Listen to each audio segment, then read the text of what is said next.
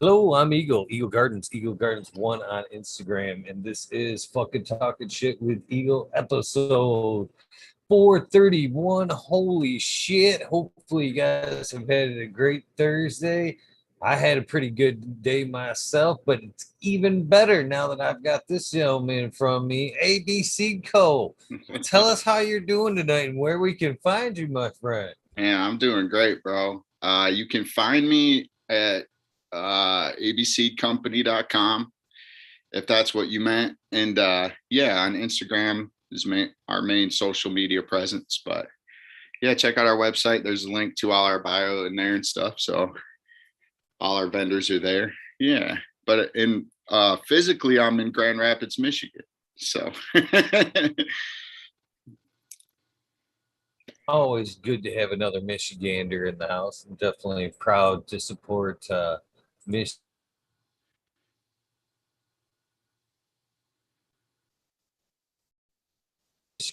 somebody that's relatively new on the seed scene. very new. Uh, you are taking off very quickly, my friend. So Well, thank you hell for yeah, that. on that friend. I'd A lot love of to. people have said good things, not just Mr. Smiley, but a lot of people have said good things. Even Gene Traders, Lou the other night. He was the first one out of the first one he shouted out was ABC Code. You go Oh, back and really? watch that episode. Yeah, yep. As Man, far as he said, people doing good things in Michigan, ABC Code. First one he said, right those off the bat. the loos from Gene Traders are awesome. Those events are literally my favorite thing to do because they're 4 hours and they're just like literally nonstop. It's like I feel like I ran a marathon when I'm done, but I love it. It's my most favorite thing to do because there's so many people and it's just Gene Traders is the best events I've been to. They're my favorite. So Lou's a great guy. Man, I was a bit jealous, man. This last time, I had him on the show like a few days before. I had missed the first one, and I was like, man, I really should go. And then I seen posts of like all these breeders I've been talking to and friends with and shit. I'm like, man, I am missing out on a fucking good time. Yeah. I couldn't I believe should that. have went. I I should have couldn't went. believe the echelon of breeders that were there that kind of were under the radar, like Dark Horse and people that are just like, legends that were like nobody even cared they were there. I was like fanboying, all these people and yeah, people are just but Tiki's booth was wild. That was something else. He yeah, Tiki brought some peeps. It was awesome. So that was cool to see. He had a line going to a couple blocks, I think. Yeah. But yeah, they were Yeah, I great. gotta get. You have to come to an event though. It's really good, man. I bring buckets of pre-rolls. I walk around and hand them out to everybody. You just got to look at me with some eyes like that you're going to get a pre-roll and I'll give you one. Yeah, it's a great time there.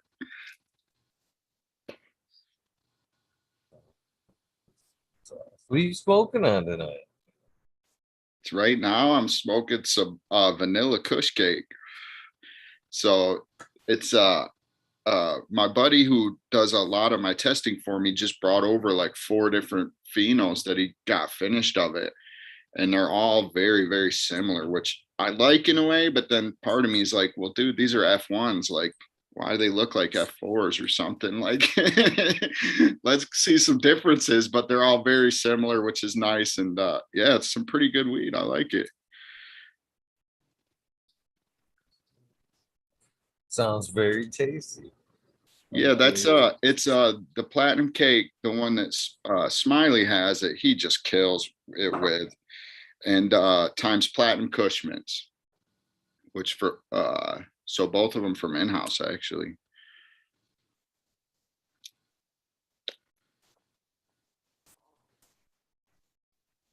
Me myself, I'm smoking a tester from Medgrower One.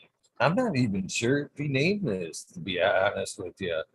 It's the Bosco Bascio. gelato times primal punch. Okay.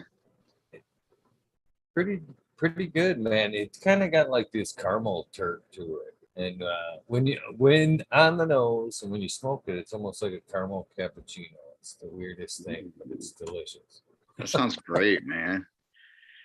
That's what amazes me the most about cannabis, sincerely, is like the different terps. Like, it's crazy sometimes. It's like literally I can't even believe sometimes when I smell somebody's weed, and when I'm just like, this is what? This is like, it smells like literally like a blueberry and kerosene or something, I'm just like, this is insane.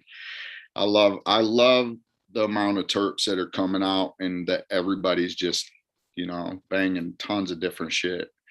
And yeah, I've been wanting to try some Med Grower stuff, man. Some of his gear. I've been watching him for a while. Good friend of mine right there. Good I dude. can't remember what pack I Ah, picked up at Gene Traders last time. Um there's something punch. I want to say Gorilla something too. I can't remember. I buy so many. I usually buy more seeds at the event, so I usually bring about 100 packs, and I usually go home with about 30, but 20 of them aren't mine. So I like to buy as many seeds as I can when I'm there. But it's so nice to buy them right from the breeder. oh, I definitely agree on that. Sometimes that right there, my experience with the breeder, I might go in for something, but after a conversation with the breeder, I may come out with something completely different. Because I like to have things that nobody else has had. Because well, I do love the turfs, and I like to like people like are on the edge cannabis, like kind of coach them in. I got a lot of like just older friends that are just getting back into cannabis. You know what I mean? And I'll be like, I'll show up and I'll be like, "Hey, you want to smoke one?" Nah, I'm all right. And I'll flip open the bag and I'll be like, "Oranges," and I'll be like, "What?" You know what I mean? Come back again. We got some caramel. Yeah. What? Yeah, that's awesome. Yeah, because I can't imagine 20 years ago. Well, actually, 20 years ago, I bought the first orange weed seeds online. Well, it was a little over that. So I guess I could imagine orange weed then, but I couldn't have imagined it before I smelled it. Like the first time you smell orange weed, you are like, what in the hell is going on?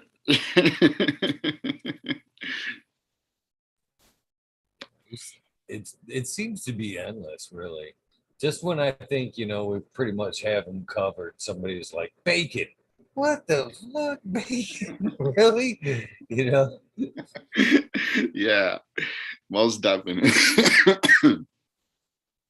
Well, that's kind of like how I like to name my strains. Is I kind of like to do it based on like the flavors, but mostly the flavors usually derive from the parents. So that's why like Kush cake. Well, then I threw in vanilla because it just has like a little hint of vanilla, like burnt rubber, Kush, and then cake. So to me, I like when I buy some seeds, I would really just like I want to know what the terps I can expect out of it are, because I'm not gonna lie, I'm a super picky dude when it comes to like my everyday smoke. I'll try every type of weed at least 3 times, but as far as like my daily drivers, I'm very, very, very particular, which I think everybody should be. But it's what we're all trying to do, is find those daily drivers, I think, right? Like the one you can hoard for a couple years. I'm glad to hear that I'm not the only hoarder. No, man. No. See, I don't care much about the percentages and stuff like that. Like they're all high percentages, but I think that's kind of like just how it's going to be from now on due to the nature of how we bred cannabis, but at least, high THC strains. But I don't really care about that. Like some of the better smokes that I like to consume every day are usually around lower 20% range, maybe even high teen THC wise, because I find it to be like a smoother smoke. And I've been blessed with this little machine called a Purple Pro. Have you ever heard of one of those? So I it's haven't. a little machine that uses light to test for THC, and they're about $1,500, man. But it tests for THC, CBD, and water content, so moisture. So it's a good way to judge when you're curing also or drying, but it's also good for like breeding purposes or even just pheno hunting. But I found it to be very accurate. So I test every strain that we have personally, and I don't know. I just find those mid 20 to lower 20% to be like my favorite smokes, like for smoothness and like just every day, like, you know what I mean? Not like busting your lung and stuff.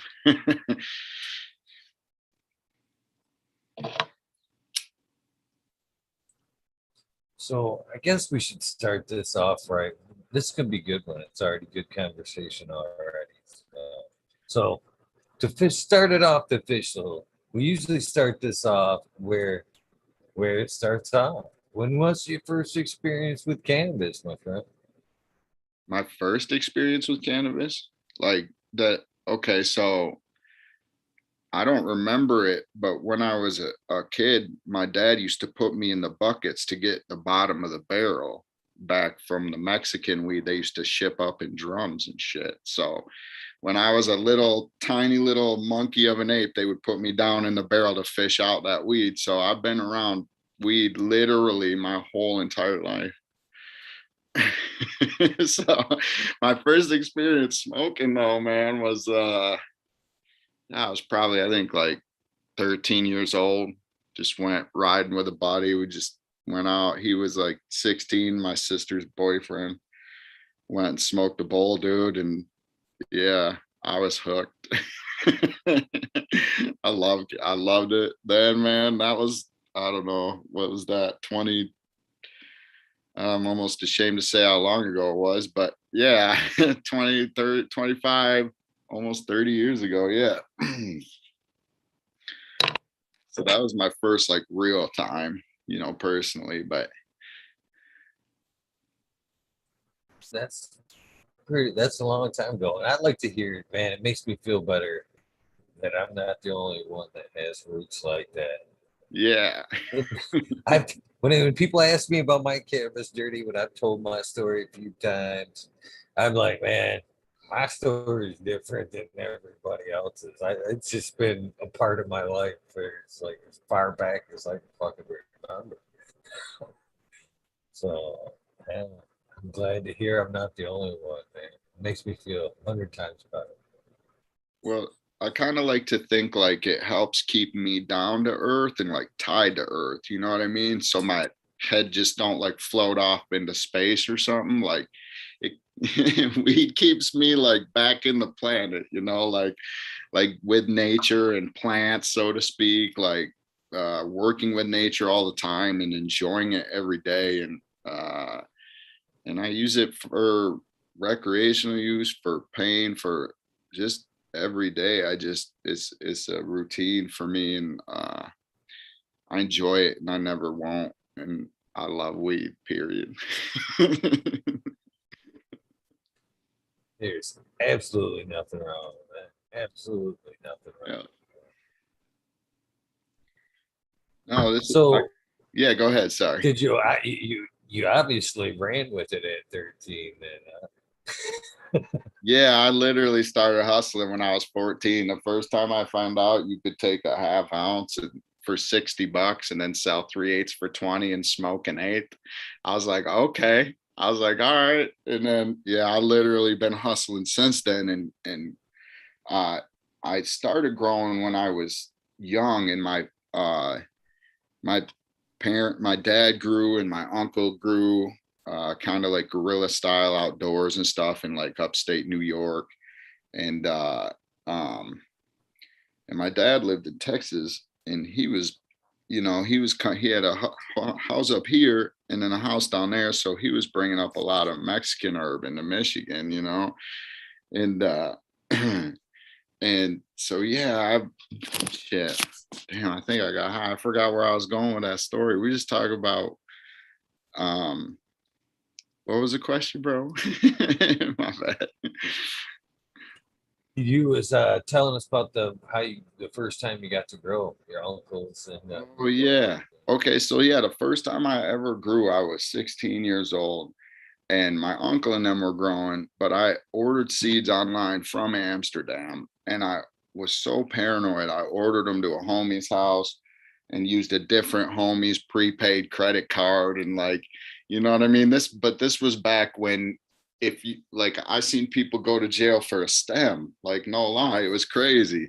So so yes, I ordered, and I literally, it was called Orange Bud, and I ordered it from Amsterdam, man. And so that was my first grow I did out like next to my house in the field, like kind of in like a little country kind of suburb area. It's suburbs now, it was country then, but uh yeah, so that was my first grow. Like, it wasn't very successful or anything, and I really started growing like indoors in about 2004, and it was in my homie's basement, and we hardwired up some ballasts and an old like sub panel, and it was, you know, with some warehouse lights, and it was before you could really go to a store and get shit still, kind of, or if you did have a store, you had to go and talk about tomatoes and stuff. And yeah, man, I was just, I it's been hard for me my whole life for me to like let someone tell me that I can't grow a plant. I've never really been down with that. So I kind of always just disregarded it, you know, because it seemed pretty stupid to me.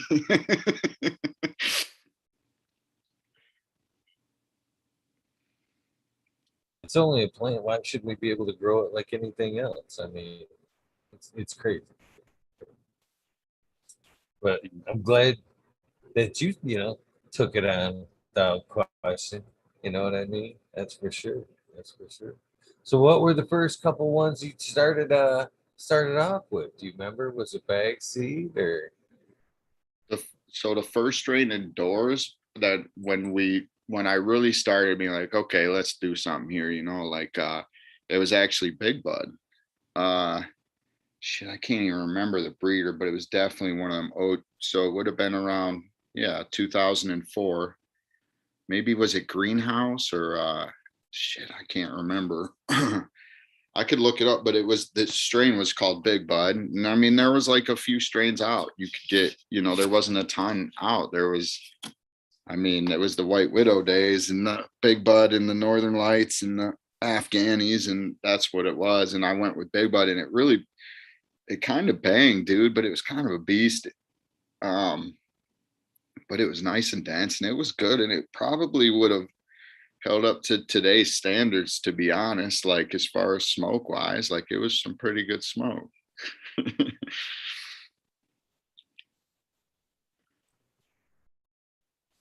so what was the first grow like? The whole that first setup, if you don't mind telling us.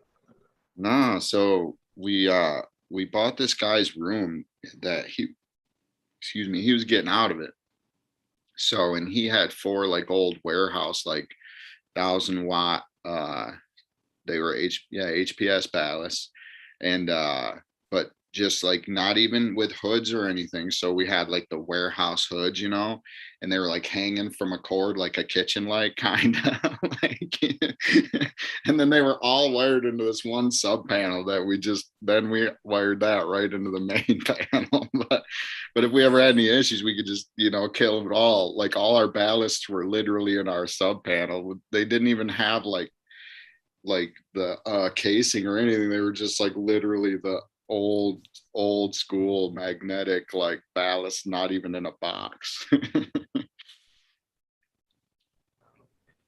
What was did you start off in dirt back then?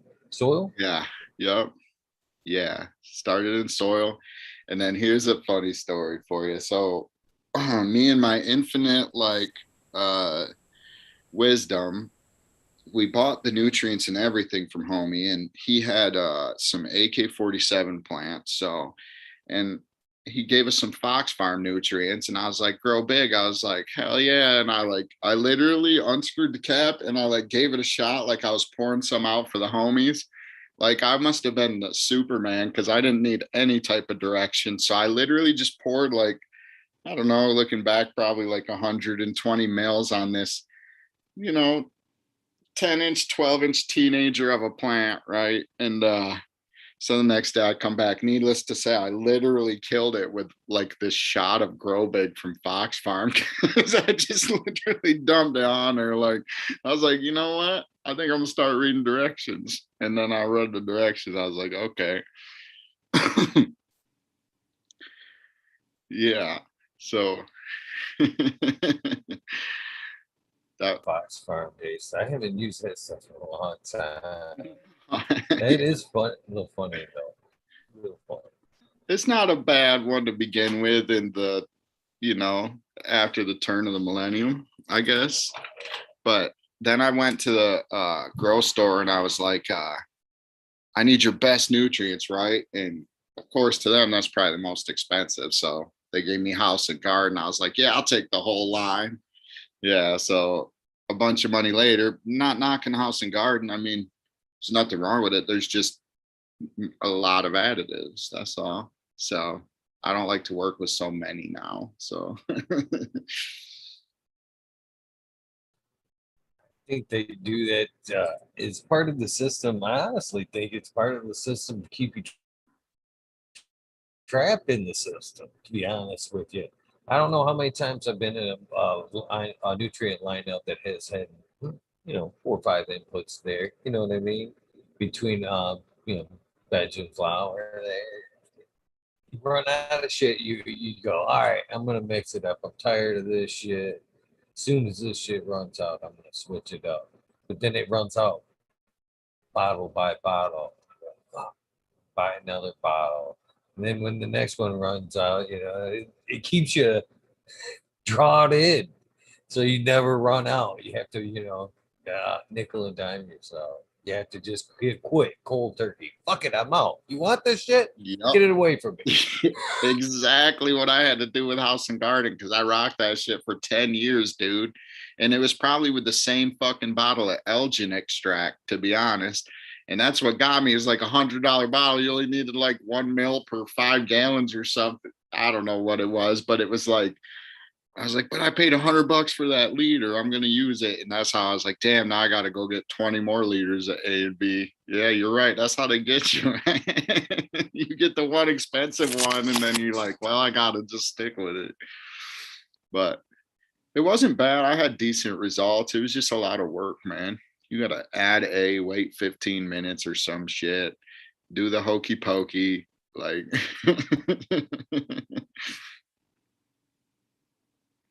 So, what was the first step up? What was the first transition into a better garden? uh, when medical hit. So that was when I could actually like do something in my own spot and feel, once I got carted up and stuff, I felt better about, doing things, you know, here with my family and shit, as long as I was legal, which that I stayed legal, it was good. So yeah, that was the next step up when I could do it like completely on my own, like with not in anybody else's basement or anything.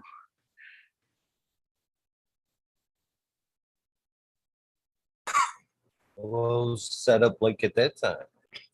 Still HPS? Yep. Yeah, I was in my basement and I didn't have a mini split yet, so I had an air conditioner in my basement window. Which, I don't know who else has done that one, but my neighbor asked me, he's like an old military dude. He's like, what are you doing over there? I'm like, oh, no, just fixing the window. Like, yeah, so 4 HPSs, yeah, with just some ventilation and yeah, just hooked up on a sub panel. So nothing fancy. Not until I started making my own LEDs and then I started messing around with some quantum panels and stuff. And that was when we upgraded from HPS. But I think we rocked HPS technology for something like 15 years, or I did personally, which I think, I mean, there's nothing wrong with it. It's just not the most efficient way. I agree with you. As you can see, I'm still rocking some behind me. Shit won't break. No, yeah. Shit won't break, and it takes up too much room to store. Man, I had to get an extra storage unit, dude. Because what do you do with it? You can't. Yeah, you're right. It's yeah. That's the whole catch, I guess. So is it worth it to upgrade to LEDs when you just literally just waste all the money you ever had invested in the lights and stuff? Maybe not.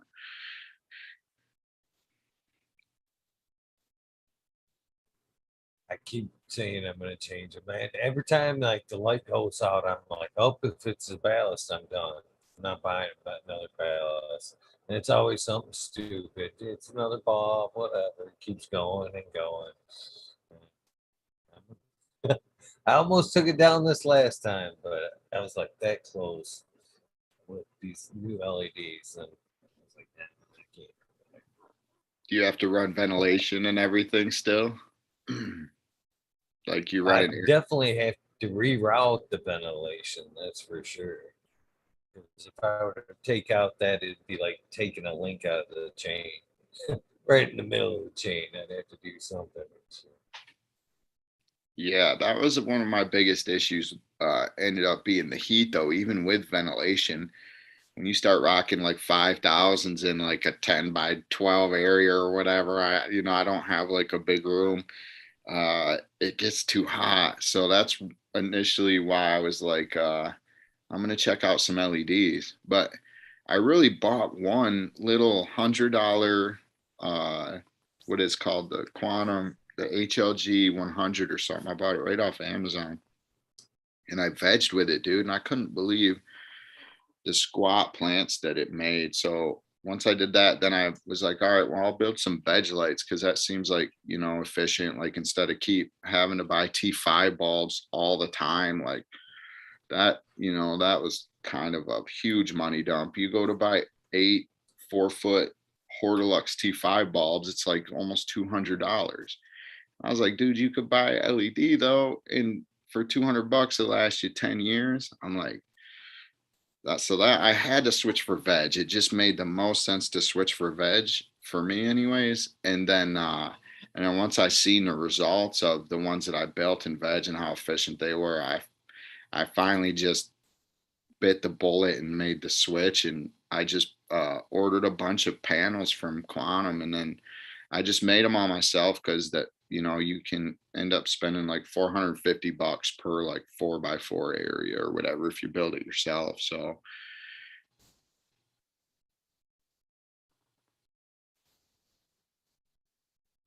It's I haven't ventured down the build your own route yet, but I am definitely a huge fan. I don't know why I haven't went down the road of trying to put them together. I'm somewhat handy. I like to think I'm handy. I've been running the fucker since like the Mars days, the early Mars days, the Mars before they were Mars 2. You yeah. know, God, that far back. Dude, Um, you could totally do it. They're so simple. Like it's literally you just pull one wire from one to the other. They have all the wiring diagrams right online. It's just about how clean you want to do it. So I'm pretty fussy, so I spent quite a bit of time on mine. But all you do, you just get a nice thread and tap and some aluminum you can get right at Menards, dude. And yeah, then you just take the time and just frame it however you want. I like to do 2 panels, so it will be like basically a 2x2 area. So then I can just like adjust one set. So it would be basically like half of 1,000 HPS in essence. So, but it's just like 2 panels. Instead of doing all 4 together, I just like to do 2. And they're easy to carry. I can literally just pull them out one hand and I just mount them right up to the roof of the tents I have down there right now. I just literally mount them right to the roof. I don't even move them because I don't know, with the LEDs, especially because I have them so overpowered. I already have them dialed down so much that I don't even need to adjust the height of them, I can just adjust the power of them because I probably built them too strong.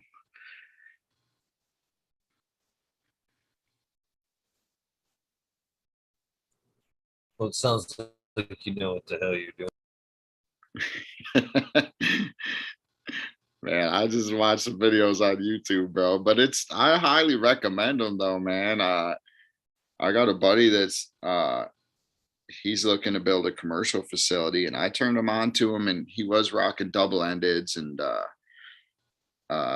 he's gonna probably do all LEDs, I think. So I think they're viable from every standpoint, from us like home growers to the big commercial people. And I think it's the way of the future because it's just the most efficient, which might mean the most sustainable, I would suppose.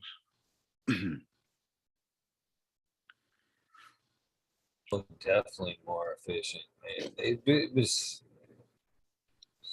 It's almost breaking my heart to realize how much I could be saving.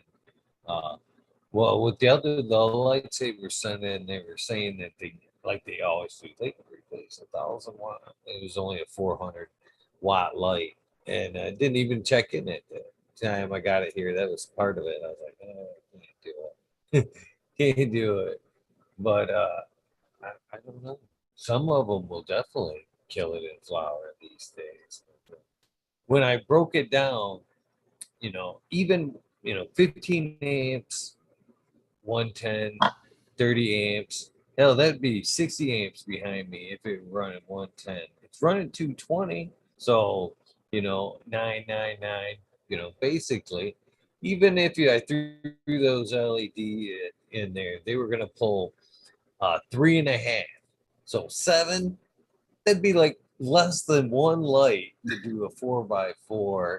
You know what I mean? I could have instantly started saving cash, or even double. I even could double. I did the math.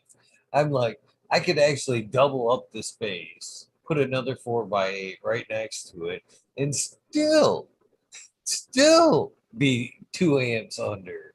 You know what I mean? Than what I was drawing before.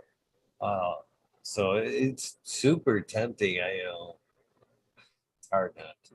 It's hard not to tear them dinosaurs down. Actually, do the math, but they're there. Well, then you have to also factor in like all your ventilation equipment too, because those draw quite a few amps. And uh, I I in essence did the math, and because just I wanted to know if it was the right way to go or not. And for me, in like a basement in a tent, like similar to yourself, what you have going on, for me, it was more efficient. To go to LEDs because in the space where I was running like about 1150 watts, now I'm running approximately 500, and I'm not only getting similar results, but I think that it's turning out better because of the addition of the UV that I add in and stuff. So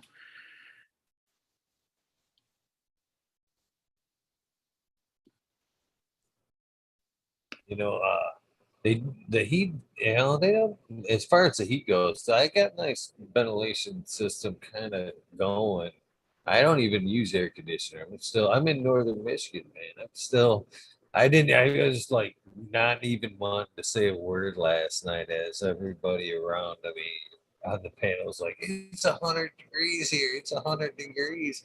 Shit, it was 60 degrees where I was sitting out here in northern Michigan, and even with everything that's going on around me as far as lights and shit, it's 75 degrees in here right now.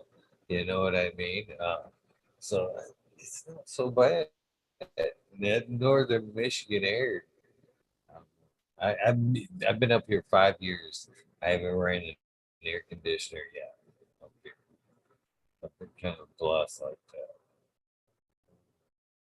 that. so I did kind of giggle a little bit about the air conditioner in the basement window because as a grower, I would have seen that, but like, oh yeah, I know somebody's got some weed going.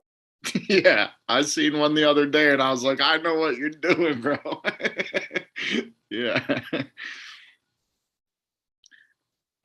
It, it's kind of wild how much cooler it is even right up in northern Michigan from right here. I know it just kind of gets hot. Like uh yeah, I feel like we're kind of like in the armpit of Michigan over here. It just seems warm, but yes, if you're not having issues, dude, I wouldn't change it.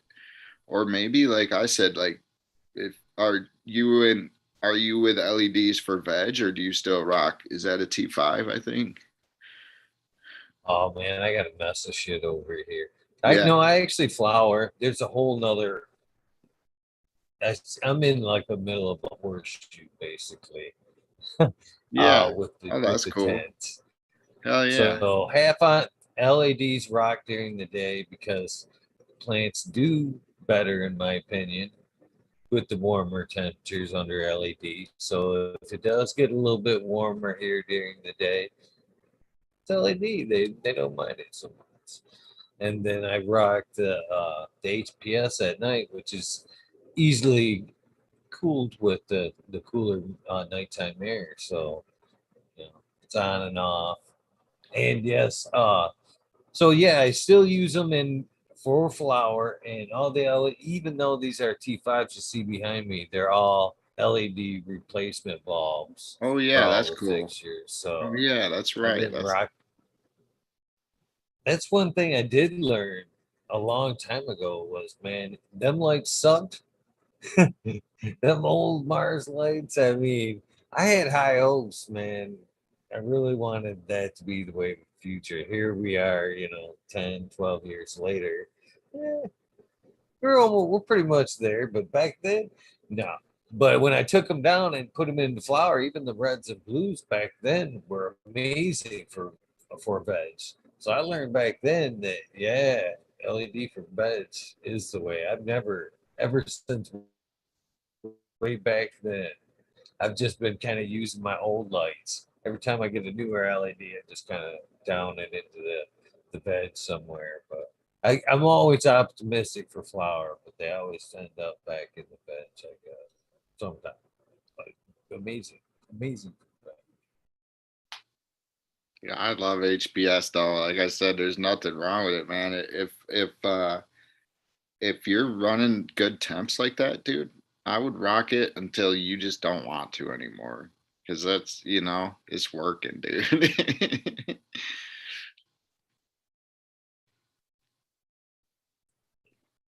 Thanks. I appreciate that. I appreciate that. So what kind of medium are you in? Soil now? Obviously, I bet. Well, actually, so I was in hydro. I like to switch every once in a while, and I was doing hydro, but you, but I'm gonna switch back to soil right now. So yeah, just for the summer, I think, because I'm just in my basement right now. I'm looking to get some property, hopefully up north a little bit, you know. Yeah, so I can take advantage of some of them cooler temps too, my friend. But or just get away from the city is more like it. But yeah, I don't have a ton of room, so I'm looking forward to getting some more room and stuff. But yeah, that's probably my 5-year plan here. Come on up. It's nice up here. It's nice up here. You got to drive for shit. Going downfall. Everything's a couple joints away, at least one.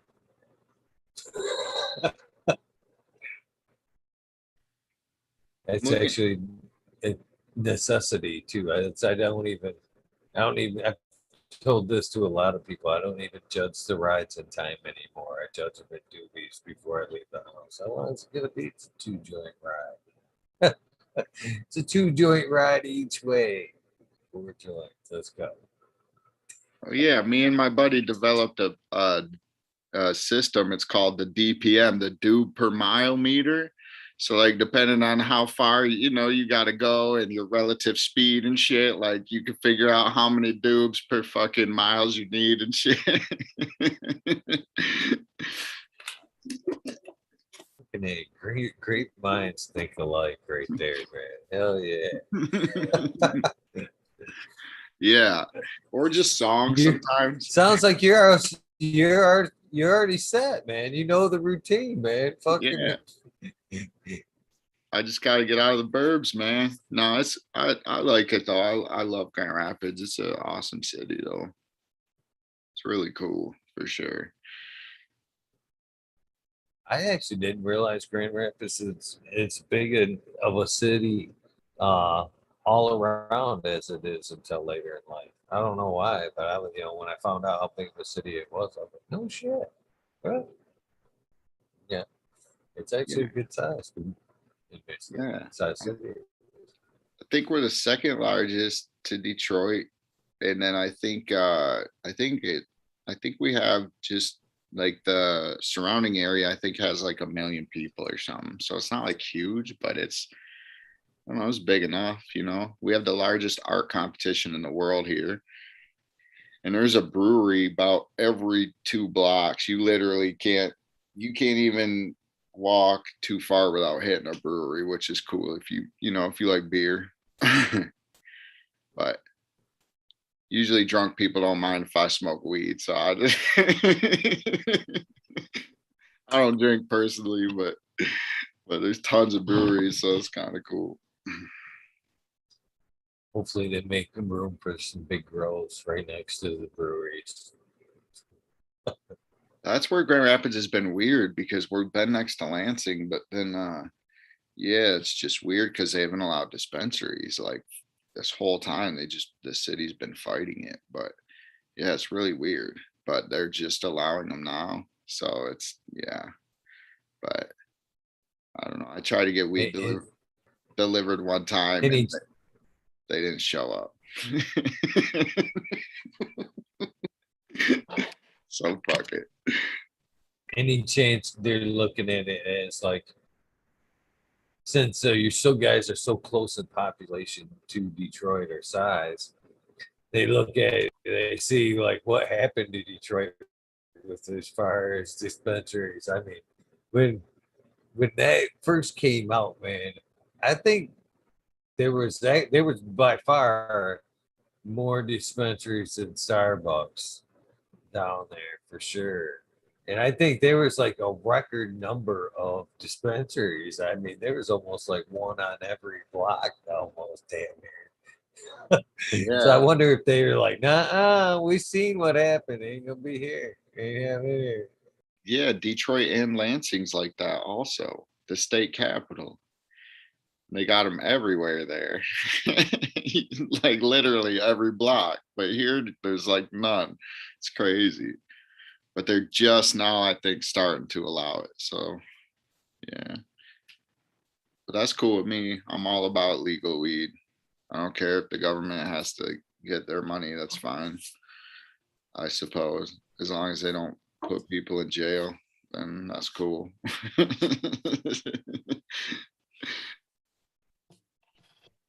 I agree. I'm all about the legal weed too, man. It took so long to get here. I ain't fighting. Just happy for what we got. Most definitely, man. Yeah, it's kind of cool though going to a dispensary. It's expensive, but it's just kind of cool just to go in and like, yeah, it's literally like an Apple store. So that's kind of cool just to go in and just, I mean, they're all fancy now. It's pretty cool. It's just cool to see. It's just cool. It's a good time to be alive. Yes, it is. Yes, it is. So, what made you decide to turn your focus on breeding? You know, I uh I kind of felt like, well, I kind of consider myself like a master of not being a master. So I just kind of like reached a point growing and extracting that I kind of was like, okay, well, I don't really want to like Smiley's a master grower. Like, you know what I mean? Like I'm not that. I'm not like I grow the plant. I mean, I grow just kind of a different style and stuff, but like, he's so amazing and zero down to the tiniest degree. But to me, when I start to get like to the tiniest degree is usually when I dip, when I start doing something. So I was like, okay, well, I've grown for so long and extracted for so long, and I just I kind of got this stable of little genetics here that I think are kind of top notch compared to what I've been comparing them to.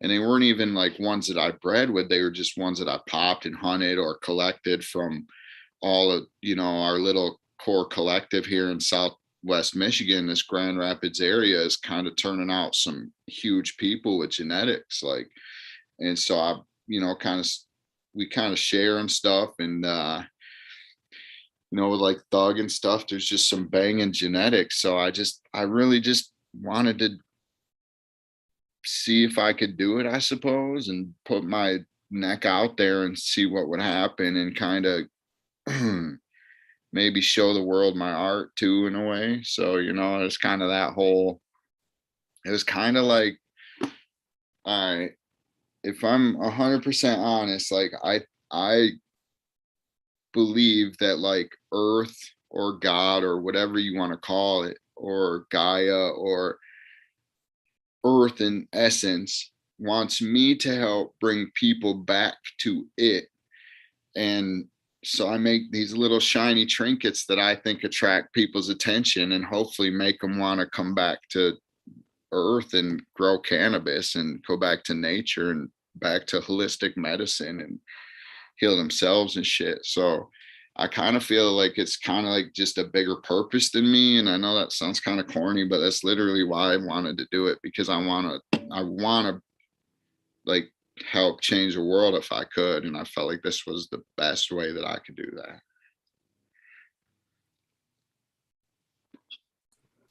It's pretty fucking awesome, and I think your packaging is pretty fucking awesome, by the way.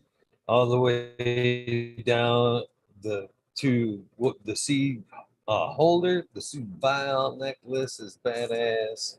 I like the treasure chest case.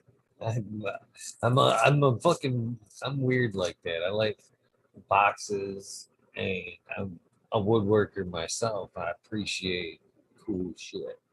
And anybody can make something square. And I like, the treasure chest because it takes a little bit extra time to make the rounded top and everything. From before I even seen like the necklace, the vial necklace, I seen the case. I was like, oh, that's fucking cool as shit. It's cool as shit. There's I put that right next to. There's one other cat I that he sells zips, and and he sells them in fucking coffins. I That's seen that. I'm sweet. like, that dude's making fucking bank, man. That fucking whatever's in that case, whoever. So the fact that you can just walk up and buy a fucking casket with full ounce Hell zipper yeah. is pretty fucking awesome. That is And when I cool. seen that treasure case, I kind of that put the coffin aside. I'm like, man, that's cool because the coffin was just, plain Jane. It was a coffin, but it was cool. But the treasure chest had fucking detail to it.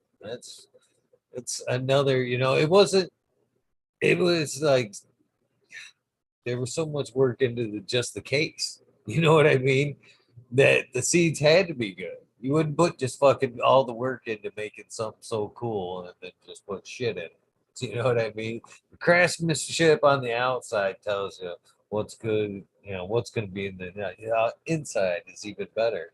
Then when you put the fucking little thing glass, I'm into cool shit like that. I like shit like that. So again, when I seen that, I'm like, oh, this fucker's got some cool shit going on.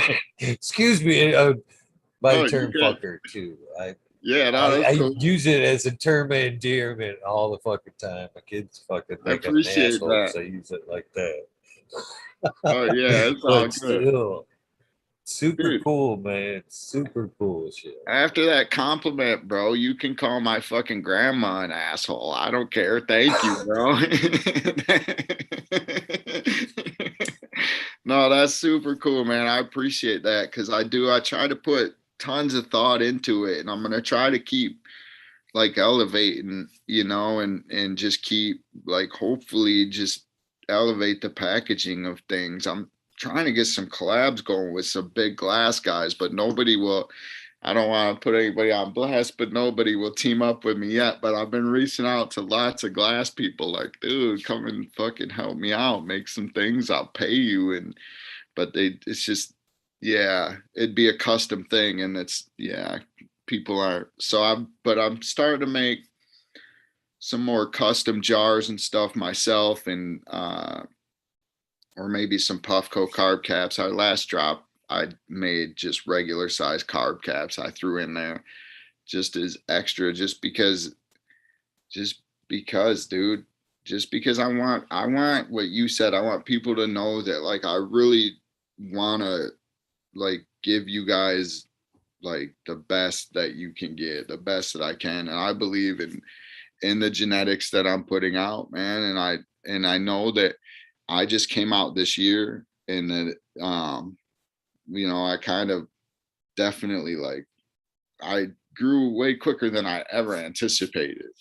That's for sure, but I was somewhat prepared, so I was kind of glad for that because I had a lot of strains and stuff that we were working on, and I'm very fortunate to have a very good friend that is, he's running a little facility. And so he's just running like tons of my seeds all the time. So I can test strains very quickly now. And that's such a huge thing for like a small, for a basement grower like me. But it makes all the sense in the world because once he gets his big facility up and running, then we can cross promote. And then people, like even you in northern Michigan, because he's going to have a couple locations that can deliver the flower, but you could order some flower from AB Seed and then try it out before you could ever even have to, or want to order my seeds.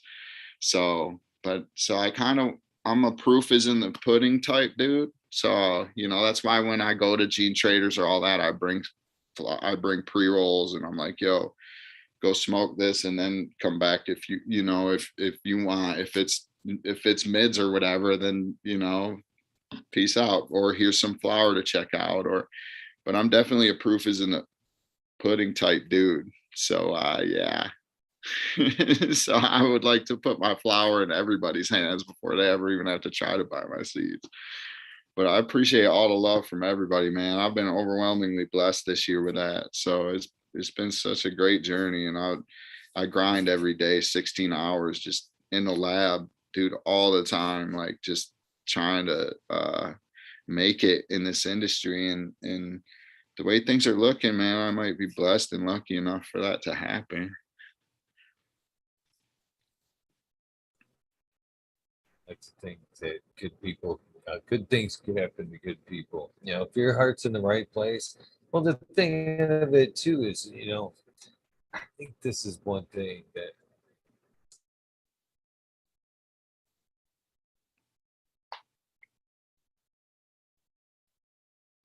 fucking we got myself on mute. Sorry about that. Oh yeah. I Oh, there you go. Yeah, I missed that last part. there's one thing I think that sets you apart from other people already, and that's your artistic side of things.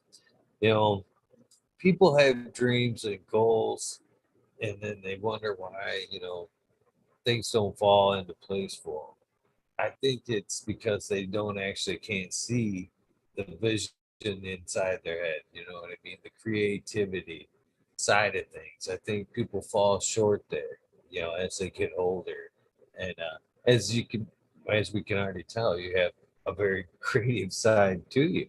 You know what I mean? A genuine creative side, which even more so fuels a good fire. So I think it isn't no coincidence that you're making your way early on in the industry. People really appreciate good, genuine people doing good things. flat out. Means a lot, man. Thank you very much, man. I appreciate that sincerely. You know, because that's really what this whole thing is about. Like, I see so much like drama in the whole breeding community, and I want to just be like, hey guys, like, come here, you know, just like let me give you a hug. All you guys are just like upset with each other, and you you're losing. But no, I'm not saying everybody is, but you know, the guys that are having issues, they're, I feel like, unfortunately, they're kind of in a place like up on this pedestal in this community where you have to have somewhat of like a egotistical type of like demeanor, and then when you clash with another breeder or someone, you know, it's almost impossible for the people that are on this level to not kind of react in a certain way. But I just wish that they could just realize that this whole thing is about love, and it is still all about us versus them, and that we all just need to come together as a community together. Like all these things, like, you know, the drama and all that stuff between breeders is crazy that's going on. It's entertaining, but I want to see the love come back to the community, and be what it's really about. Just coming together and helping each other out, and like, you know, networking with each other, man. You know, personally, I believe that the cannabis community has a fucking amazing crowd.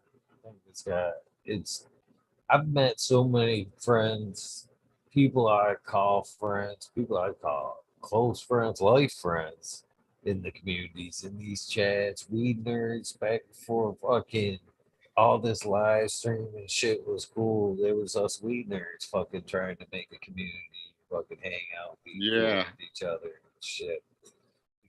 The cannabis community in general has a huge, huge heart.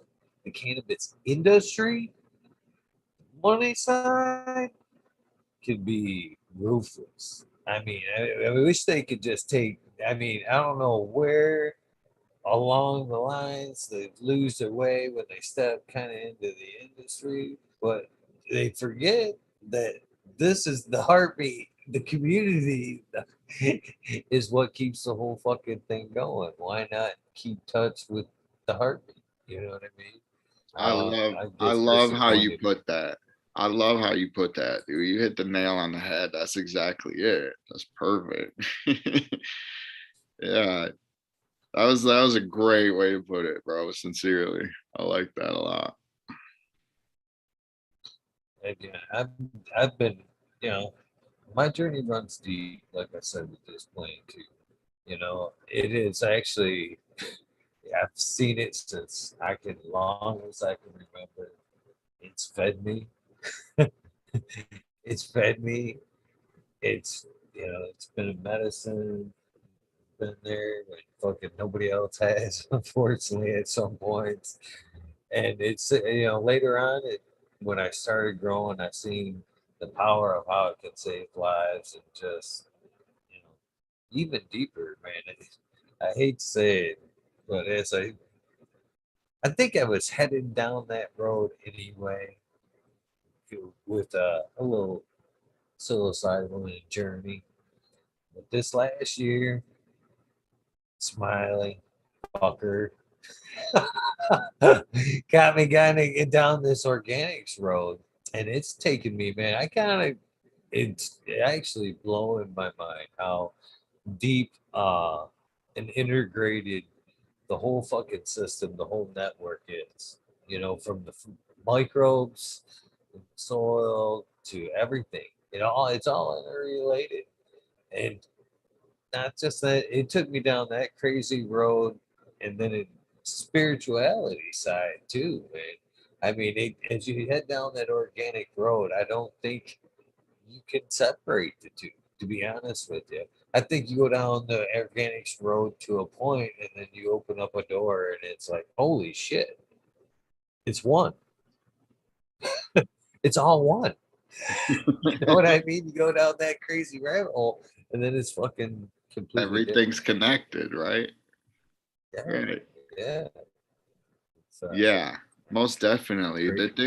The things that you guys can achieve with organics is like it's so amazing that like the terps that you can achieve just from the microbiomes and from just the that living soil, that's super soil, if you will. I'm not sure if that's the correct term anymore, but uh that it literally, you can tell the difference. And I've been fortunate enough to have Smiley be like, you know, uh with me long enough that I can see him even grow some of my strains, but I get to smoke all of his herb. And I don't know if you've ever gotten to try it, but his terps just slap different. And if anybody says that that's not the case, I've grown synthetically for 20 some years, and organics are the way of the future, most definitely. But I mean, if you want the best tasting, uh, highest terpene content cannabis, like I use Mills, so it's a synthetic, and it's from biominerals though. So like the difference between organics and synthetic is one is carbon based, and right, and one is silica based. And so when it comes from earth, when you get it from natural ingredients, then in essence I think that is like what most people deem the organic type of culture. And I agree with a naturalist approach, but I can't say that I'm organic because I don't grow with carbon based uh nutrients. I use silica based. So but I like males. It works well. But as soon as Smiley just brings me over some buckets to put some plants in, you better believe I'll just do whatever he tells me to do. It's just a lot of work, man, for me to be breeding, uh, blowing glass, making all this packaging. I don't even have time to grow organic, dude.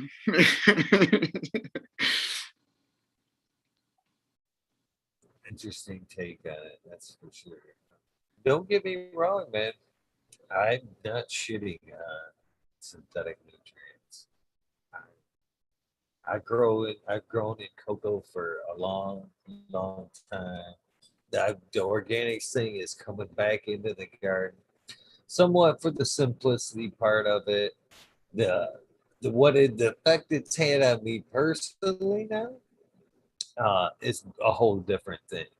You know, I honestly could go back to cocoa. You know, I enjoy both. I like the simplicity.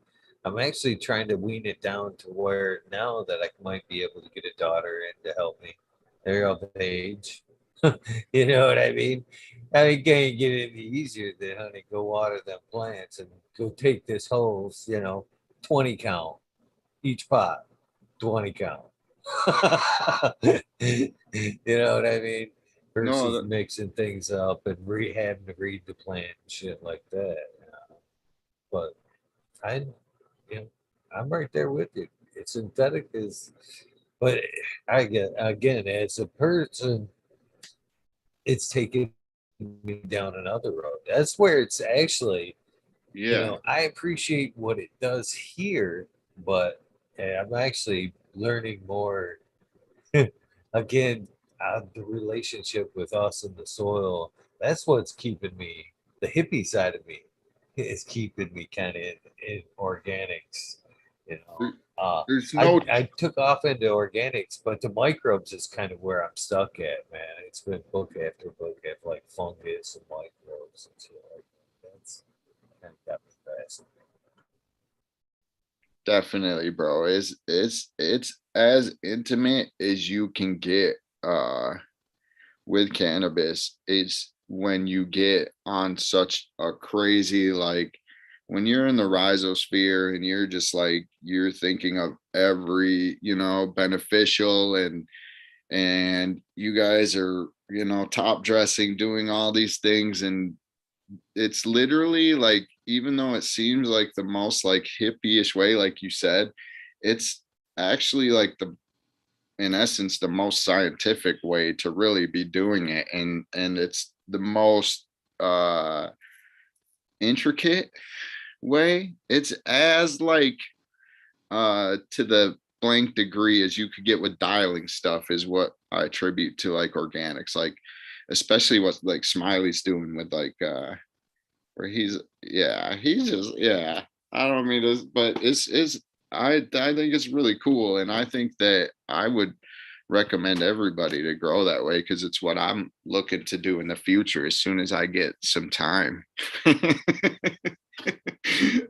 It's like switching nutrients, right? You're like, well, shit, it's that whole same thing, the whole same old concept. But I'm definitely in the dinosaur age. But it's kind of what's weird about breeding. When you go to breed, the I don't want to say the style that you grow doesn't matter as much, but it matters less, because I'm not growing for flower in essence at this point. I mean, we grow flowers, don't get me wrong, but that's a different thing from what I'm doing now with the breeding application and mindset.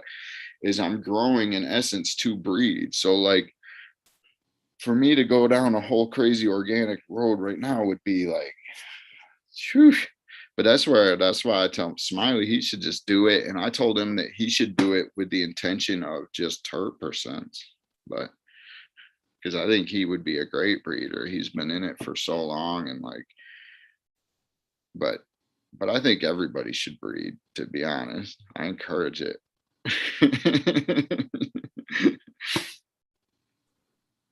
So I got a feeling that it isn't just A to I didn't mean this to say this to be either. A to B, when it's fucking when you're crossing shit, I guarantee there's a little bit more to it. So what is there a process to when you're putting together a strain or you're thinking about a cross, you know, Most definitely. So it came through years of filtering these genetics, man, because I'm a huge seed junkie. And like, I've grown before I really started breeding and like growing how I am now. Yeah, I didn't mean to make it seem like that simplistic, but I mean, in essence, I mean, I had to change like my mindset of like how I'm growing now is more growing with the application of creating new things, not just a flower mindset. But so I will only breed with weed that I like to smoke. So it has to like, make the stable. I have lots of options and access to tons and tons of genetics. I'm so fortunate being in Michigan here. Like, at events like Gene Traders, like the cuts, the genetics that you can get around here are just amazing. I have access to it. But I really only breed with what I like to smoke. And now I'm starting to work a lot more of my own lines with like the vanilla kush cake. And I can start to delve into more of my own. But I'm going to continue to be a B seed. Like, I'm going to continue to find the dankest weed, not only just breed down my own path, because I wanna always just breed the dankest weed that I can, period. So whether it's mine or something that I find from somebody else or somewhere else, then that's what I'm gonna breed. I don't care where it comes from. I'm simply only trying to breed the best weed that I can, in essence, if that makes sense. So makes perfect sense. It makes perfect sense. So, what is your favorite term profile? What are some of the things that you enjoy? so like, probably my everyday is probably like fermented like fruit, like so have you had like purple punch? Yes, sir.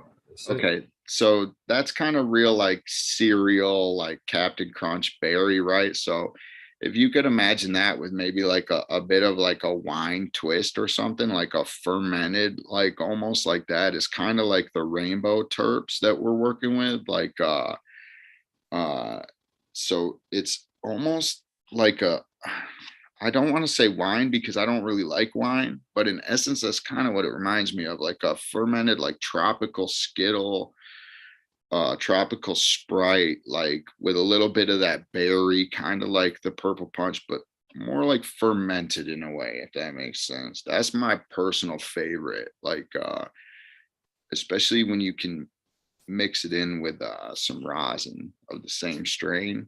It's my favorite way to smoke.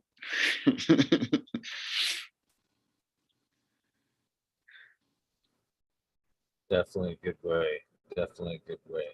So, do you ever just rosin or warm up some of that rosin and throw it in the joint?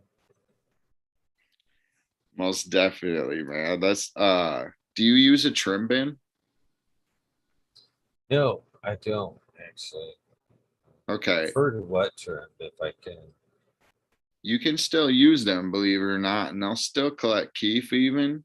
Uh, but I do dry trim, but you can wet trim. I still recommend using them, or any type of a keef screen. But man, I'll take that keef and press that into rosin. And that's like my favorite thing, man. Like fresh like that. And then I love it. Like I don't like, I got some buddies that wash and that's a lot of work to do all that. And they make some killer rosin and stuff, but man, just a little bit of little bubble or dry sift is like I'm in heaven, man, just to press that out. It's great. It is a lot of work. That's why people. I make a lot of bubble hash. I I don't mind that bubble hash. I prefer it just the way it is. To be honest with you. I don't know, call me crazy, and I'm not putting down anybody that presses the bubble into rosin into a finer state. But I as somebody that extracts it, I know the work that goes in it, and then to take it to that final phase to kind of something else. Like, man, so much work I got to get it today, and then take it to somebody else. I don't know. I've always thought, and again, we all evolve, opinions change. I've kicked myself in the ass and went back on things I've said a few times since I've evolved. But I don't know. I kind of figure if I'm gonna squish something, I just always pictured myself skipping my fucking all day work. You know what I mean? And pressing flour and getting as much of the oils and terps out of it, because when you do wash, you do lose a lot shitload of terps. That's why I can't understand, if I'm gonna make, why lose it to the water when you can squeeze it all out into, I don't press. I don't own a press. I've never fucked around with it. I could be talking right out of my ass right now because the shit I don't know. But that's when I think in my head. The best hash I maybe ever smoked, I think I got in like 2017 at a cannabis cup. It wasn't even from a booth. It was just from some guy that was showing somebody at a booth, and I seen it, and I was like, "What's that?" He was like, "Some bubble," and I was like, and I smelled it, dude, and it smelled so good. And I was like, "Can I buy some?" And he was like, "I don't really have a scale." And I was like, "Well, I happen to have one or a container." And then the guy at the booth had a scale right there, and I was like, boom. And dude, that there's, I think bubble, I think you're right, man. I think definitely if you can just get the right bubble, it might be the dankest way. I'm just a big fan of taking that and then, like, whether it's bubble or rosin or whatever, but try putting it right back to the same flower, man, and it really helps concentrate and just really up the experience. But I can do it with different strains, and it's just never the you don't get the same experiences when you put it back to the same flower. I don't know, it's something, it's my favorite way to smoke. I can't recommend it enough to people. But you know what I'm talking about. If you make some bubble, then I'm sure you're doing that. honest. I can't find any flaws in that theory. Zip, zip. Yeah. Yeah. That's the way I use all my bubble too, man. I don't I don't smoke it in a pipe, to be honest with you. When I usually make it, some people I've got a little bit right here. What's left of the last run? It sits right here. Last time I washed, I've got a skull jar, and it was full of bubble hash chunks, and it just sat right here. And I just fucking sit here and just fucking throw it on everything. And you're right. It adds so much more to it. Do you Appreciate the have a bubble machine? hash. Do you have a machine, or do you use a hand paddle, or how do you do it? Oh man, I do have a machine. I have an 8 gallon machine, and I just got a 20-gallon machine. And I have a stainless steel trash can with a stand with a paddle that I've tried that with. And I don't know. That's a lot of work. I prefer a machine. I prefer machine short washes. But yeah, I have that 20-gallon machine. I usually wash like pretty close to a 5-gallon bucket at a time in that 20-gallon machine. Yeah, yeah, that's pretty good runs. And I like to hoard. I sadly enough, I hoard. I give a lot of it away. I usually take the top crumb, the crumb, the shit I'm proud of. I give that shit away because I'm proud of that shit, and I don't mind smoking the mid-grade shit that I'm gonna throw in on every joint. To be honest with you, same thing goes with my flour. All them pretty tops and shit like that. Patience. That shit, them lowers right there. I'm cool with that. I'm gonna throw some hash in on it anyway.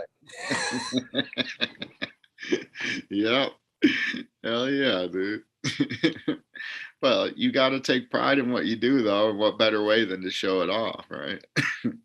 Most definitely. I think we all do that. Yeah, when I go to a show, I'm not bringing like the bottoms, bro. I'm bringing all like the most beautiful nugs.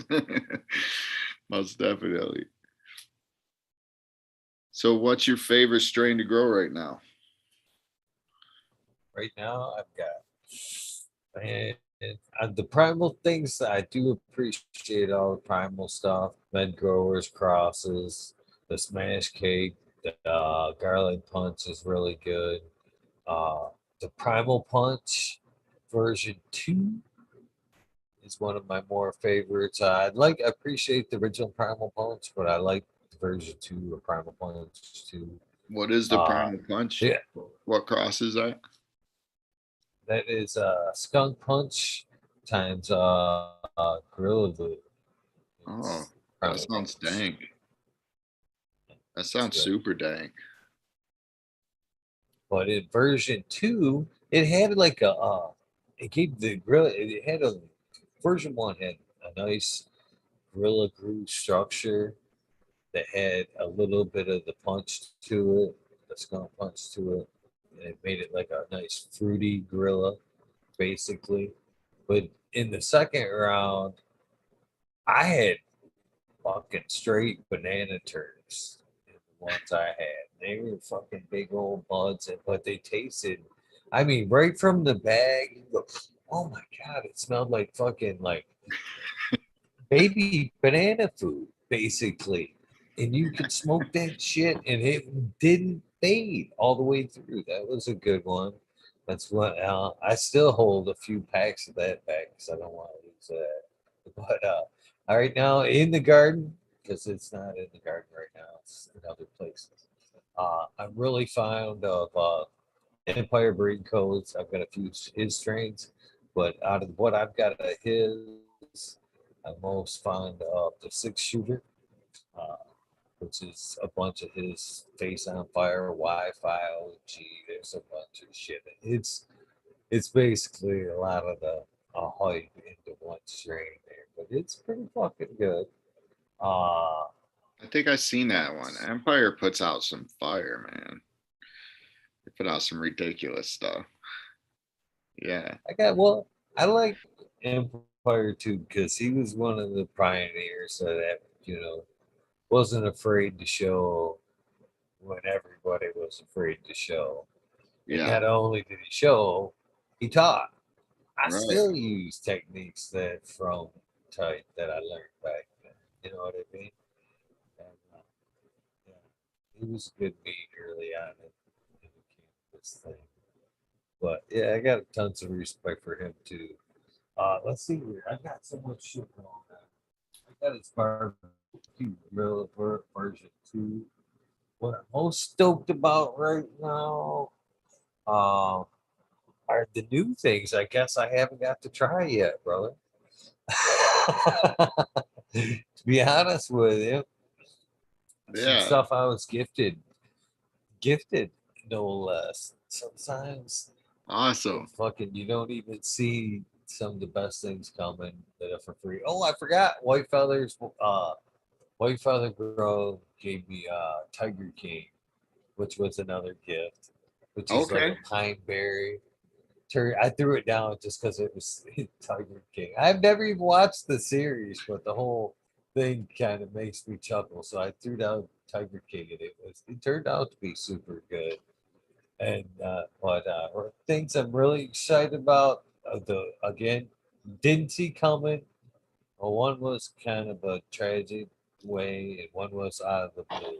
One is the DOA. We're working on me and Smiler putting together a cross for DOA with somebody that I met. We all met through the show. Fellow weed nerd, kind of pulled on everybody's heartstrings, and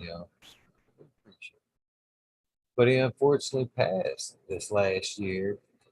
And what game that fucker knew he was sick. We knew he was sick, but we never really knew to what degree, and it was kind of a shock when he went.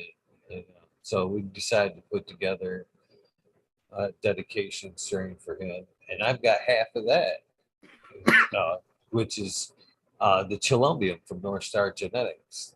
And I've been wanting some pine terps. And then here we go. I said before his passing early on in the game, I've been wanting to chase pines. I've been looking for the pines. I got Xmas in here as a male, and the flower, but I've got him in male in form that I'm really excited about because it's really pine, super pine. But the Chilumbium turned out to be that way too.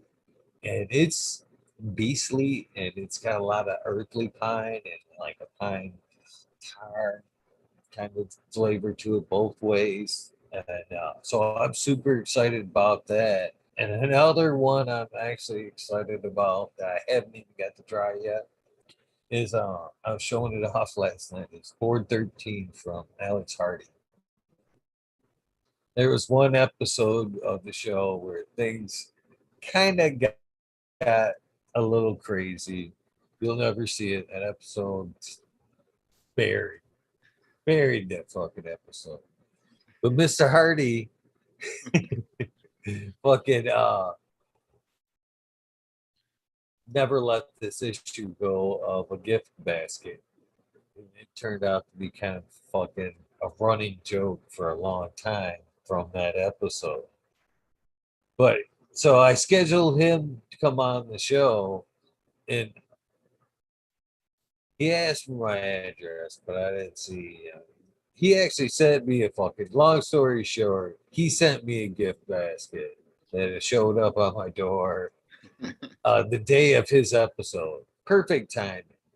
Had this fucking beautiful clone in it, and some hash, some old school hash, and the board 13 is something he bred out. And this thing, I mean, it's in flower right now. He told me a couple of things. He's like, just the only thing I ask is just pass it out everywhere. Pass it out for free. That's all. I'm like, and he had this look. I'm like, so I asked him about the strain, And as he's telling me about it, we're both indulging on the psilocybin during this episode because I've seen his future cannabis episode. And I'm like, oh yeah, I kind of vibe with this guy. I'm gonna take some mushrooms at night. And when and I asked him about the strain, he actually kind of had this look to his face, and he you're gonna love that strain. He just had this like it almost like you're gonna fucking hallucinate when you smoke that shit, kind of shit. And this thing just took off, and I defoliated. I did my normal technique. I defoliated it pretty heavy, week 3. She was stretching, and I thought she was gonna have little nugs, but then fucking just it's blowing up, man. Off bottom to top, it's just huge and all nugs. And I don't know. It's just it it's gonna be a sativa. It was a narrow leaf, obvious sativa plant, so it's gonna have that. That makes me even more so think it's got that. You're gonna fucking, you know what I mean? So I'm kind of excited to see how that one turns out. I don't know. That's one of the beauties, I guess, of growing this plant is throwing down them seeds and seeing what the fuck you're gonna get. You know, never know. You may get that one. Hopefully, you can get that one nobody else has got. Everybody likes to show up with that one nobody's got and shit. So that's what I'm excited about. Thank you for asking, by the way. Yeah. Yeah, no problem, man. Well, it's looking good. It looks healthy back there for sure. Thank you. What are you what are you working on? What's in your garden currently? So right now I'm working with one of my males, which is the platinum cake, like that diamond pheno. Are you familiar with that one? The Yes. one Yes. the Smiley does it justice in some photos. I posted them to my Instagram stuff too. He really killed it. But so that I took to platinum Cushman's male that I selected out of a few different ones, but it was such a beast, and it was so dank. And both of them are from in-house, and so both of them have platinum. So I'm kind of bringing it back to platinum in essence. If we got two of the grandparents, yeah, two of the grandparents are platinum, which I'm really high on that plant out of in-house's camp. I think it's so stable. It's just such a stable cultivar, and everything that I've grown from them that they've crossed with it has been super stable. Uh and so I've kind of used it somewhat as a breeding stock. So I crossed those two, and then it kind of has like have you smoked any of that platinum cake? Uh, I believe I have. I can't remember. Smiley always sends me with a nice care he's package got every time. he's got like 31 flavors, right? uh yeah, so it's got like a vanilla, like burnt rubber, like, but there's a hint of vanilla like cakiness to it. So I just called it vanilla kush cake. So and then I was just really high on it in the garden. It was super consistent. So I decided to just kind of take that and make that be like one of my breeding stocks, so I can take my males now and cross them up to. I'm working with a lot of my own stuff and other people's stuff. So uh, yeah, there's I think working on something like 15 different crosses right now. So to that vanilla kush cake. So it would be a while though before those will see the light of day though. So probably like 6 months at least, I think. Not the original vanilla kush cake, but the line that I'm working from that. So but I'm also back crossing it back to the diamond as well. That platinum cake pheno. So which is really that pheno, man, is the greatest cultivar that I've ever grown. And it's just it's a supreme cultivar. It's the most stable, and just it bangs in every way. And it doesn't test super high for THC. It's below 26%. I mean, that's plenty high for me, but as far as today's standard, I guess that could be considered low. But between 22 and 26%.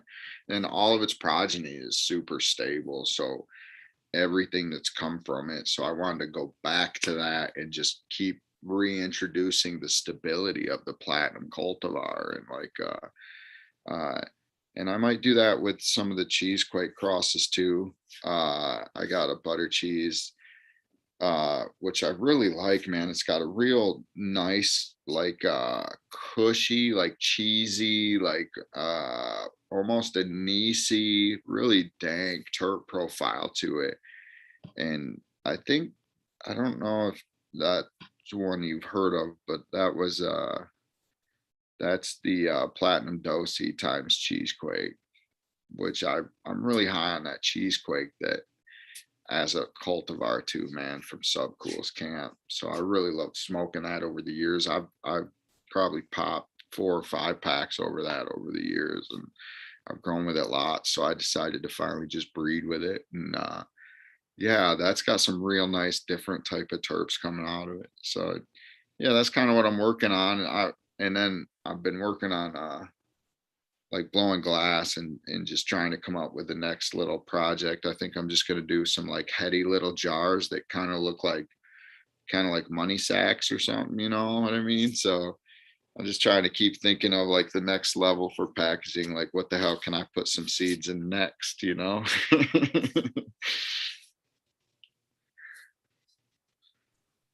That's awesome.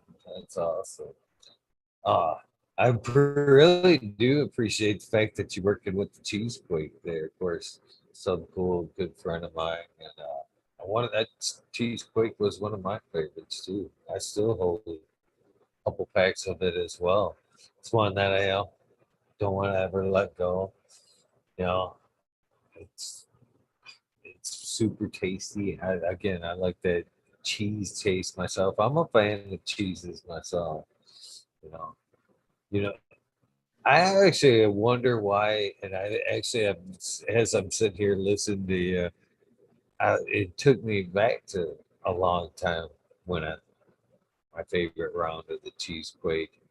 I'm thinking, how come nobody runs Crazy Train anymore? I think I'm actually gonna drop some Crazy Train. Okay, that was another. I think it rivals the cheesequake, to be honest with you, the Crazy Train. Have you ever had that one yourself? I haven't ran it, but I have a pack of it in my vault actually. So I was thinking about it. Uh, but we're running at my sister's, well, they should be. We popped some Chernobyl seeds, so we're trying to see what comes of that. So I'm not sure where they're at with them, but I know they popped some of them a while back. So I was hoping that something could come out of that. Because have you ever grown Chernobyl from that? Yes, I have. Yes, I have. That stuff's I've out of the actually world, dang. out of the 56 strains, 56 strains of the Subcool lineup and the testers, all in through 56 of those strains. I actually hold 60. Actually hold 60 strains of his right now. That's I sick, can't. man. I wish I had a bigger vault, but I popped most of the seeds I got from him over the years because they were just smaller packs, you know. But I specifically went to Cannabis Cup in 2017 to get Subcool's gear, I think. And I spent so much at that booth, and I was just because yeah, I don't know. I just wanted to go there. It's just easier. I wasn't familiar with the Instagram world, so ordering seeds for me was still like through attitude or something like that.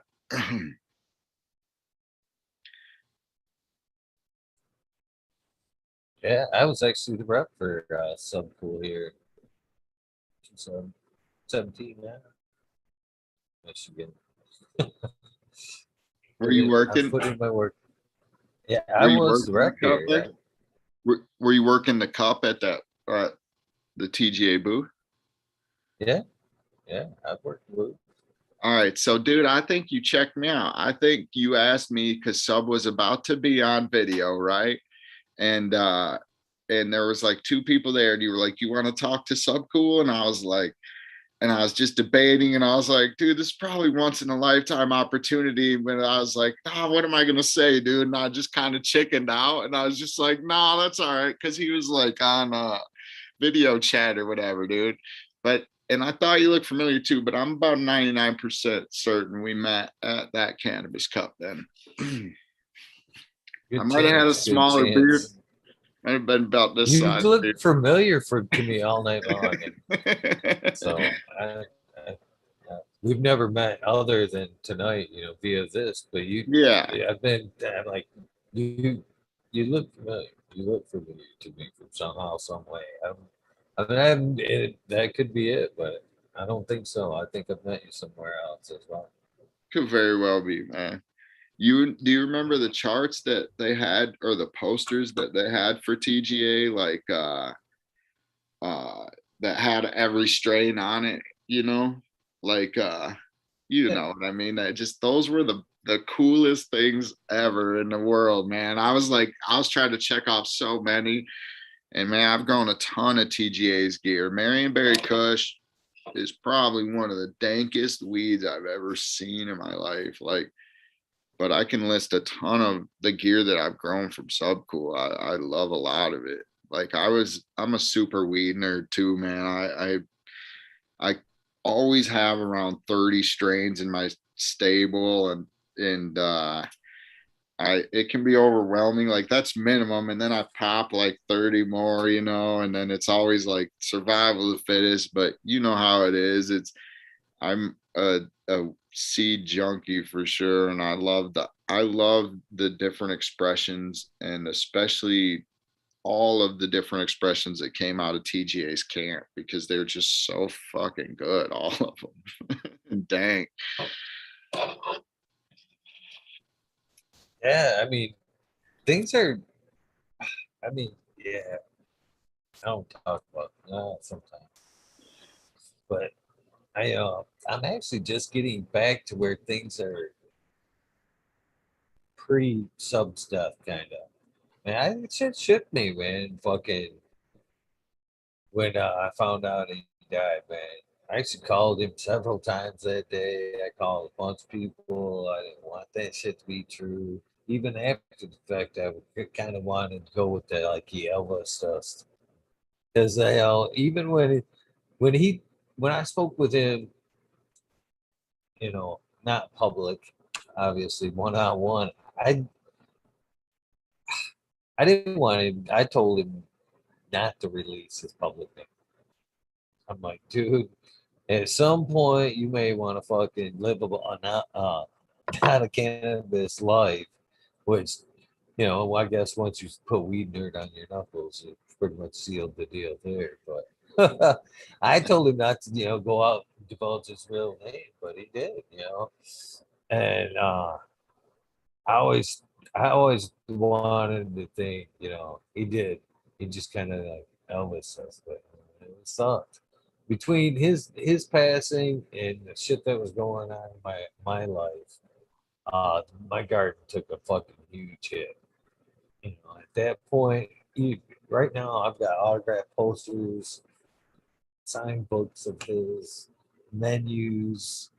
And at the time, my fucking garden was all his genetics. And when he passed, I was like, man, fuck this. I was kind of like, I was ready to just step back, to be honest with you. And I don't know why, but yeah, garden just kind of just maintained for about a year or so. Was it And hard for you, like emotionally growing his strains because he passed, you're saying? all the above, man. Yeah. It just, That's deep, everything bro. reminded me of fucking, what was going on, his passing, man. I mean, You think about the gravity of that, bro. Think about the gravity of like how big someone's life was that, like, to have as big of an impact on a community today, for you and particularly like your garden like that, for me, like he was definitely like, I looked up to him and watched all the videos and watched him and the weed nerd stuff and all that. Like I love TGA's gear. Like you grow it, it looks like the damn pictures on the thing. It's amazing, you know what I mean? And he was a cool guy. And but the size of his soul, man, that's a special thing, dude. And I don't know, maybe it's time to get some TGA gear going.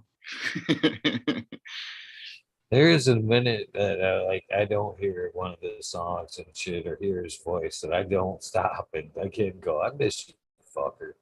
Miss you, fucker. You know, it is cannabis is one of the reasons I got to meet some and be a friend. Well, initially friend, tester more to friend. You know, the tester led me to be a rep, but I was always a friend. And but cannabis brought us together. But once I met Sub, I knew him on a whole different level, man. I knew the off-air Sub was when we talked shit about our old ladies. Hopefully, that doesn't echo too far, but uh, life, Wait, what, other you broke shit. up? I didn't So hear it, shit. I'm just kidding. I'm just kidding. so Yeah. when he did pass, man, it was a double whammy because of what was currently going on in my life.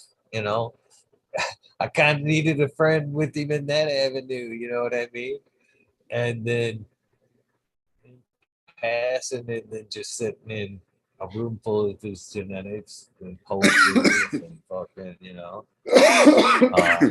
yeah, it was a tough blow, man. It really was. I nearly gave it all up there for at least the growing aspect of it for a while, and then I don't know things. I don't know how it evolved into this. But don't give up, I guess. I don't give up. You know,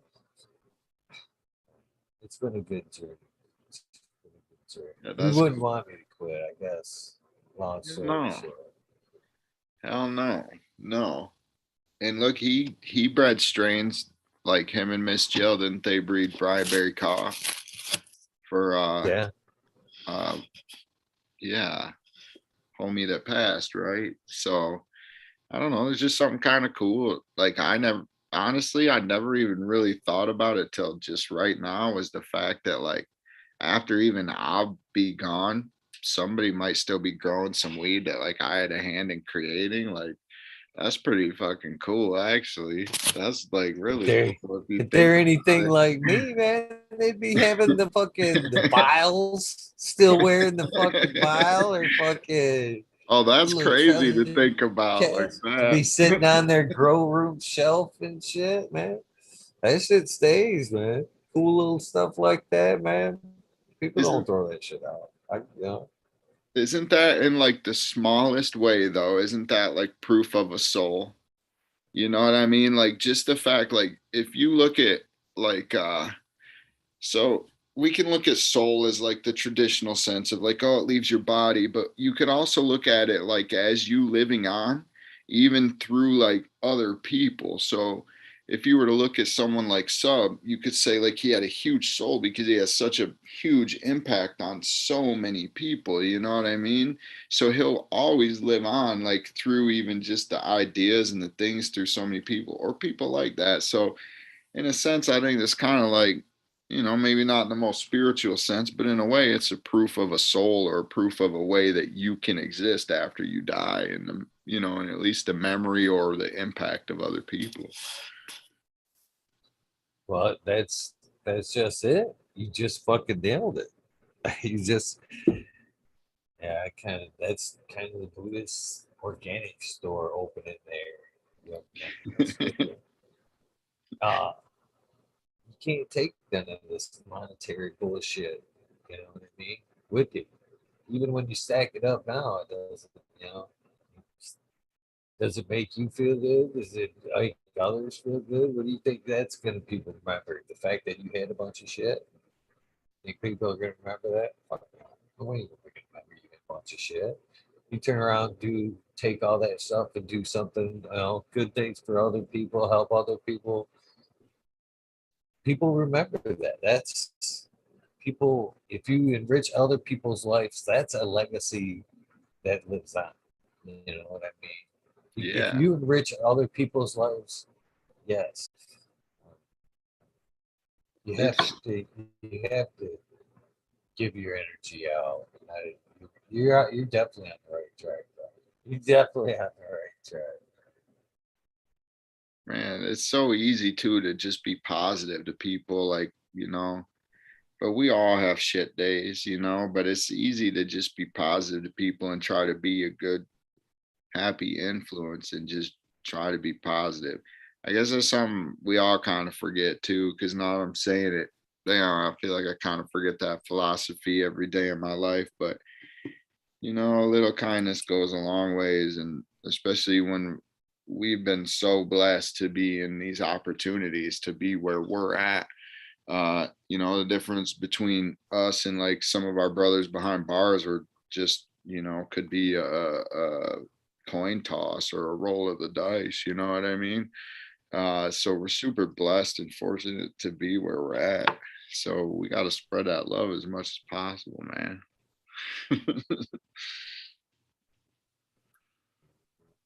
It's fucking great attitude, man. That's what I kind of like about being able to put my art out there, because it literally, like, art is something, and yeah, it's subjective, but it's also like it just shows, like, I don't know.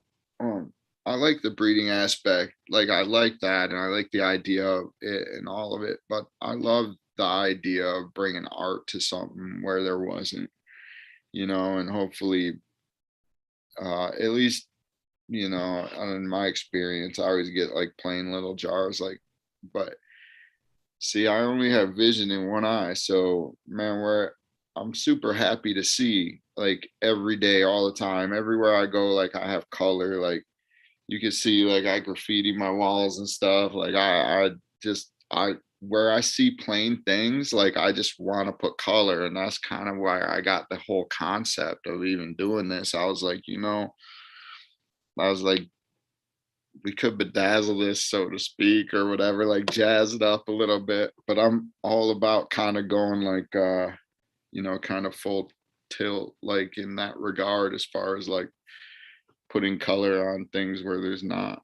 But I fancy myself a novice artist, I suppose.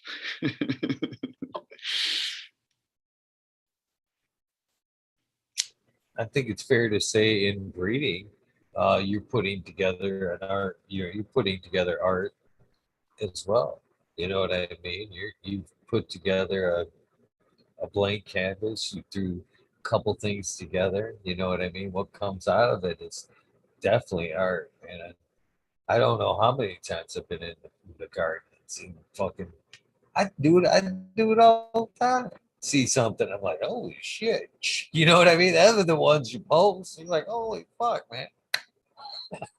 There's definitely a lot of art into the plant. So I think it's fair to say you're producing art there as well that lives on. Yeah, It's a it's hard for me to something that take credit. everybody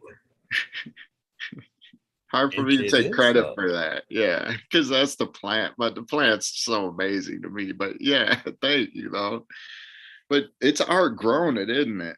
There's an art in that, and how you grow, like, in the whole philosophy and concept. Like, the art of growing is definitely like something in itself, man. Like the way you can become one in Zen with the plant, like, uh there's nothing like it, man. Like where you're at right now is, probably your happiest place, I imagine. I spend a lot of time here, that's for sure. That's for sure. It's probably your Yeah. zen. It's where you're home. You know what I mean? Like where you grow and where you sow your seeds and stuff like that. Like there's just something special about that, man. I think, anyways. I love a garden, and there's something symbiotic and zen about it. No matter how you grow, just when you grow, it's like there's something amazing to it. When you grow organic, there's a whole nother level of some zen. Probably when you guys get in balance, you probably feel the same vibrations. You be getting in two of them plants, boy. It's a good description of Zen, I believe, is a good experience for the card because it is a Zen-like experience. You know, it makes you be in the moment, which is basically a Zen experience. You know, when you enter the room, you may enter the room with 100 things on your mind. You may have a little chip on your shoulder, whatever. Run to your grow room, go to your grow room, start looking at them girls, and they force you to be in the moment. It's not, you know what I mean? Just look at me, Yes. yeah. Pull, it isn't a couple plucked leaves, you know what I mean? Oh, and then you're there, you know what I mean? And yeah, I do enjoy my time in the garden at that time. But it's actually very accurate description. Especially when you've grown for a while and you've gotten to experience like the fruits of your labor, and you're kind of like in your track with them, and you're almost so symbiotic with those plants, like when you grow them from seed, or you clone them, or no matter what, you take them when they're this small and you grow them up, and you put love and care into them, and they give it back to you. And uh plants will show you like love is probably the number one ingredient they need, because my wife grows way better weed than me, because she just loves every single one. I'll be like, don't worry about that branch. It's no big deal. She'll be like, no, no, she'll fix it up. You know what I mean? Like, so she's amazing. So, love is such a key ingredient. But, you know, I was growing, and then I lost my job in like 2013. But because I was growing legally as a caregiver, I think it was legal then, right? Yeah. And, uh, um, yeah, like it really, like it safety netted me, man. And it literally like caught me and was like, was like, listen, we're cool, everything's okay. Like, and without that safety net, I probably would have never been able to go on this adventure off onto my own and commit to it full time, if the universe wouldn't have aligned, and that wouldn't have happened. But for me to have that type of bond with cannabis in general, it's just like, I think that everybody could and should have that. And I think that everybody that grows like their own herb is the best herb you'll ever smoke, will be what you grow, regardless of what strain or whatever. But once you put your love and you get that back, man, there's nothing like it. I recommend it to everybody. I Highly. do too. Too. Well, and I guarantee, well, I don't guarantee, but I I will. really believe that I really believe that when and I say I've said this quite a bit, man.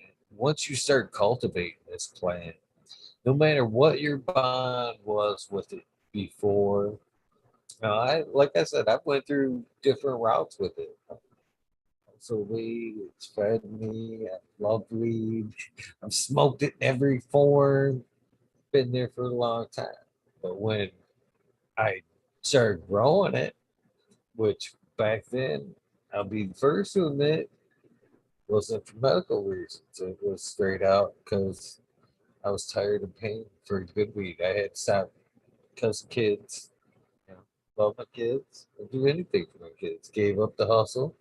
You know, occasionally we'll put together the 3/4 and score a free one. You know what I mean? I ain't stupid. I know how to put some stuff together, but the major hustle was down. I Yeah. smoke more than a quarter a week. It's more than an ounce. So no matter how many, I don't have time to make them routes. You know what I mean? It was Yeah. still costing. I just scored a free one every so often. But it got, and again, got tired of smoking the mids, ended up getting into the better weed. And so at first opportunity, first chance I got, sneak a clone from that cat, it was game on. You know, I fucking, I wasn't paying for it anymore. So it was a money reason why I started growing. But, and I think a lot of this goes for almost everybody across the board. Once you start growing, cultivating that plant, it's a whole fucking different thing, man. It changes the way you feel about the plant. I mean, that's why I ultimately I said this a little bunch of times too. I think it starts cultivating you. I really do, man. It starts drawing the shitty out of you. It makes you fucking start seeking to be a better person. I mean, it does it all subliminally. It's never like, oh, now I'm going to start growing weed. Now I'm a better person. No, it's working in the garden, them Zen moments, you know what I mean? Kind of contemplating life and why you're in the garden and making some better decisions because you're not out fucking partying or drinking and shit. Yeah. I'm, Yeah. a lot better. You know, this plant has enriched my life since I've started growing. I've seen the power of it since I started growing. Changed my whole attitude And with it. and then when Is that, I mean, you're a long time cannabis. You've been around it a long time too. Is that when it kind of changed that for you as well? that's when I really like realized, yeah, the power of it. And that's when really like it made me realize that it was bigger than just the plant though. It was more or less like in a way God trying to take care of me.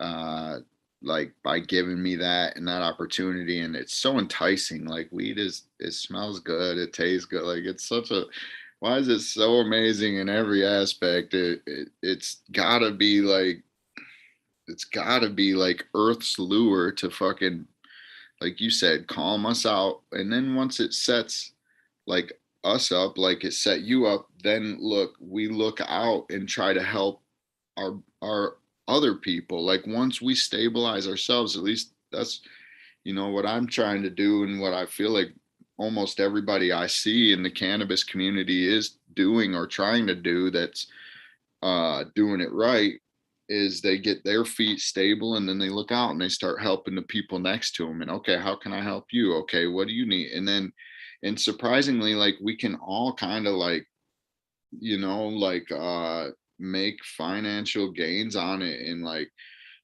it's my only vice, so it's the only thing I spend money on, but it's the only thing I make money on. So it's kind of crazy. It's a whole economy of itself. And uh I'd rather trade weed for most shit anyway. But most definitely, that was when that happened, was when I realized it was so much more than just a plant or like a drug. Because it, to me, it's not a drug. I know people like to use that term. I prefer to say that if something is beneficial for you, then it's a medicine, and if it's detrimental, then it's a drug. And I don't think that I can tell you what's beneficial for you and detrimental for you. And I don't think that you can tell me what's beneficial for me and what's detrimental for me. I think a drug truly is such a personal thing, but cannabis has always been a medicine to me. But I also experience pain in my eye. I have something, I have pressure that builds up from when I had my accident when I was 1 year old. So I get something similar in my right eye that's to glaucoma, but so I get like high pressure that builds up similar to a headache. And I can take lots of things, but I just prefer to take cannabis because it helps relieve it. And it's the least of all the evils, if you will, as far as society is concerned, so to speak. And as far as I'm concerned, like I would just rather smoke than take any other type of thing personally. So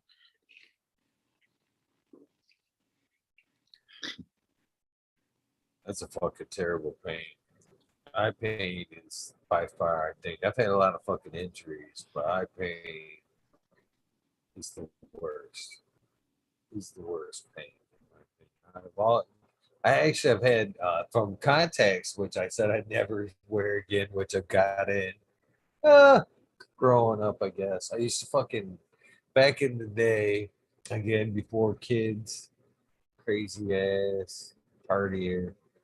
You know, I'd had my times, man. I'd party for a few days straight, and there'd be times where, unfortunately, I'd wear my contacts for a few days straight. You know what I mean? Fall out, not be home.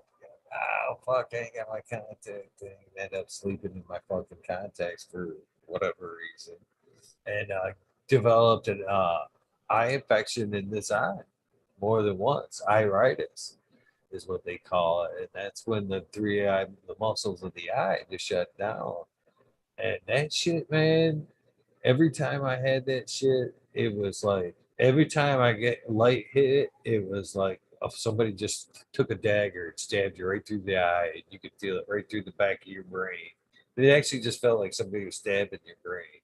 Ah, So yeah, that's I what's feel weird. for you, brother. That's what's weird about it is it's literally like in your brain. You can't separate the difference because it's like right there. But after a while though, it just gets dull, so to speak. So, but that sounds gnarly, bro. I gotta I stop sleeping in didn't. my contact. Oh, do you wearing it now? Oh man, that was yeah.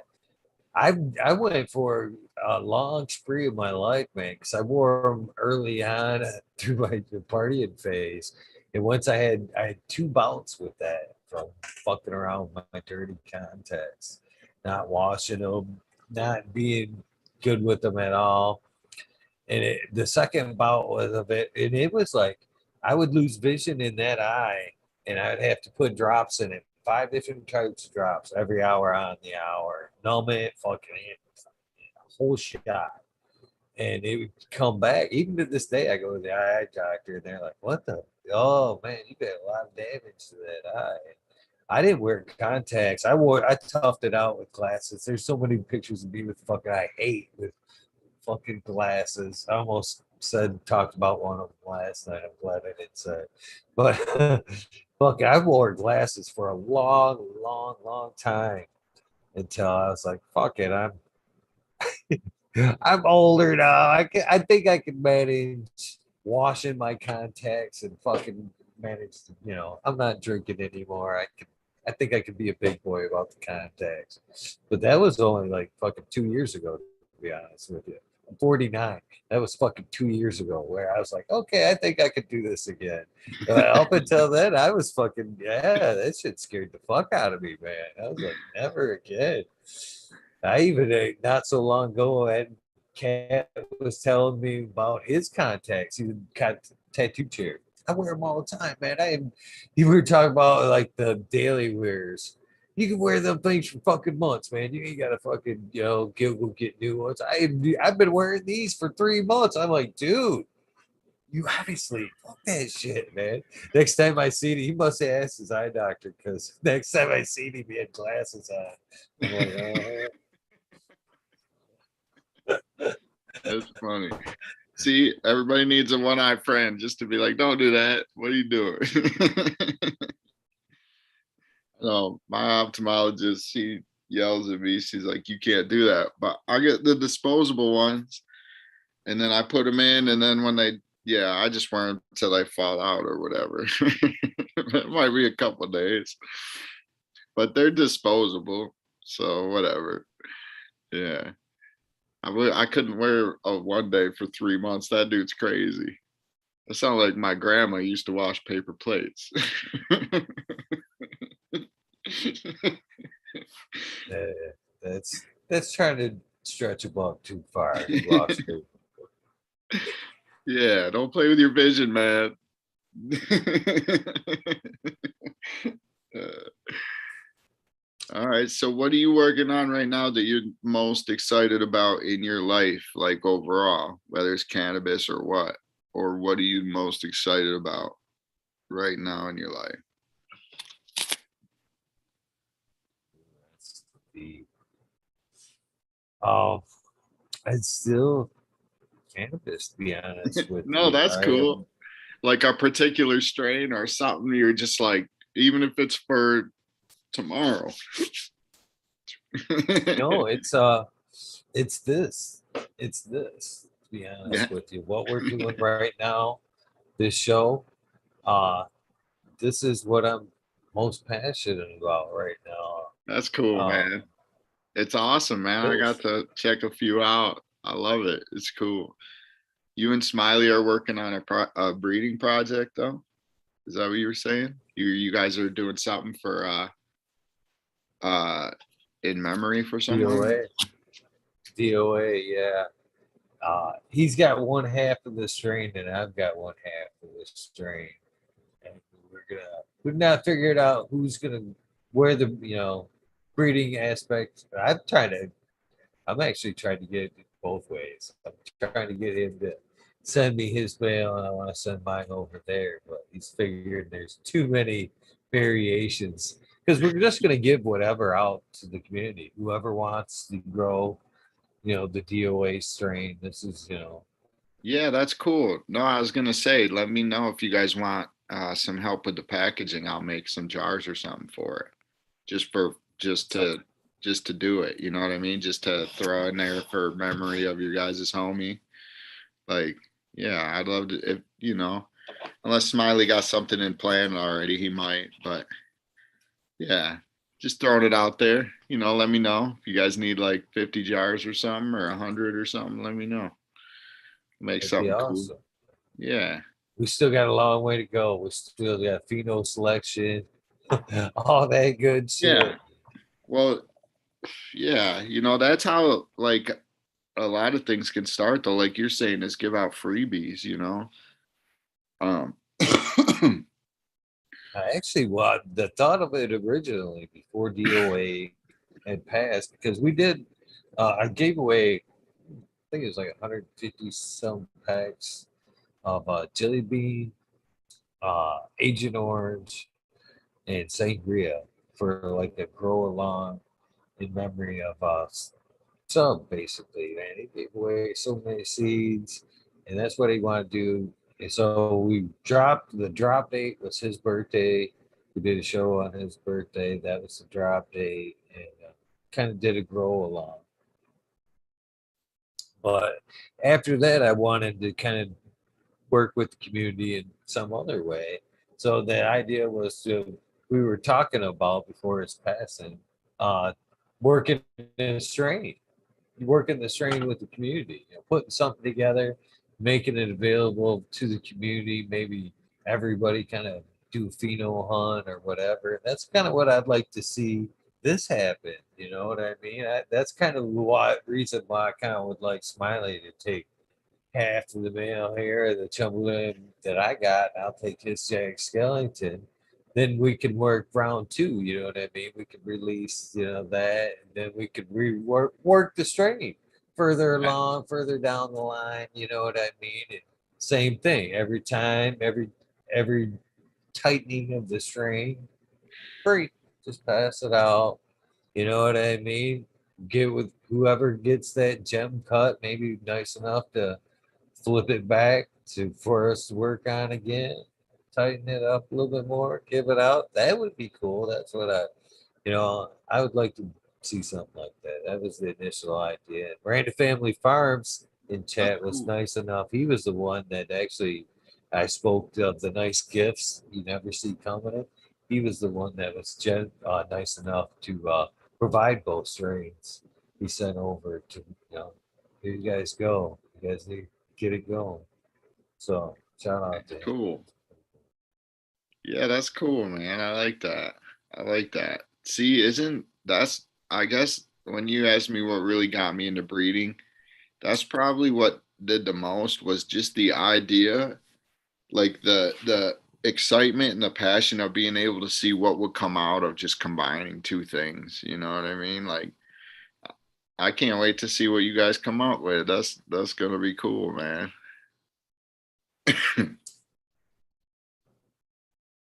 Either way, it's that's what I think too. It was funny, almost fate, if you will. I thought almost his way of guiding things. You know what I mean? I think life has life works in like crazy ways. It really does. You Yeah, know? it's What crazy. Crazy how the universe funnels people together, isn't it? Kind of like just the way it always connects. I don't know, you with the right people at the right time somehow. I've never said this publicly, and I've never even said it aloud. To be honest with you, I think I didn't. I did. I think he stepped in a little bit on this thing as well, help guide things. Because, like I said, I've been. I don't think it's no coincidence that Pine Strain ended up here. You know what I mean? Yeah, See, like there was plenty of times where throughout my dealings with DOA, and I'm still quite like this a lot. I've lightened up a little bit because of DOA. Life got a few things I carry around the way I've handled people through life. Not to say sorry before they're passed. But DOA, through my dealings with him, there was multiple times where he offered to send something. And I would say, no, DOA, thank you, I appreciate the offer. Right before he passed, he offered to send me a pipe. And I said, again, DOA, I really appreciate it. Use that for something else, man. Buy yourself, something. Get yourself a light. You need probably need nothing. And then he passed. And I kind of think that the way the pine showed up, I think that was his little way of going, here's what you've been wanting. You know what I mean? I think it was his hand kind of going, there you go, that's what you want. You know? I don't when it landed and I actually looked into it because he talked about the strain many times, but he never really talked about it being like a piney strain. I looked at it, I was like, I honestly looked at it, I thought, you fucker.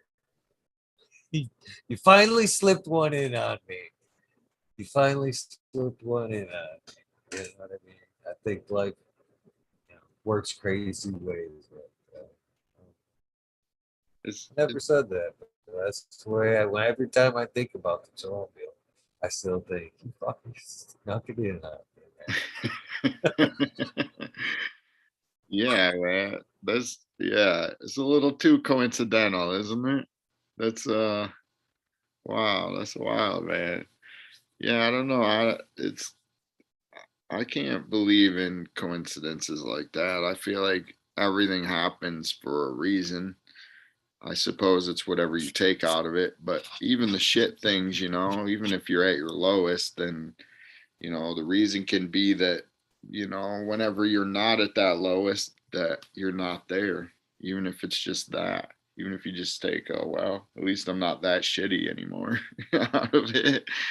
But I believe all the good things definitely happen for a reason too. And yeah, it's amazing like all the people that come together through this community, man.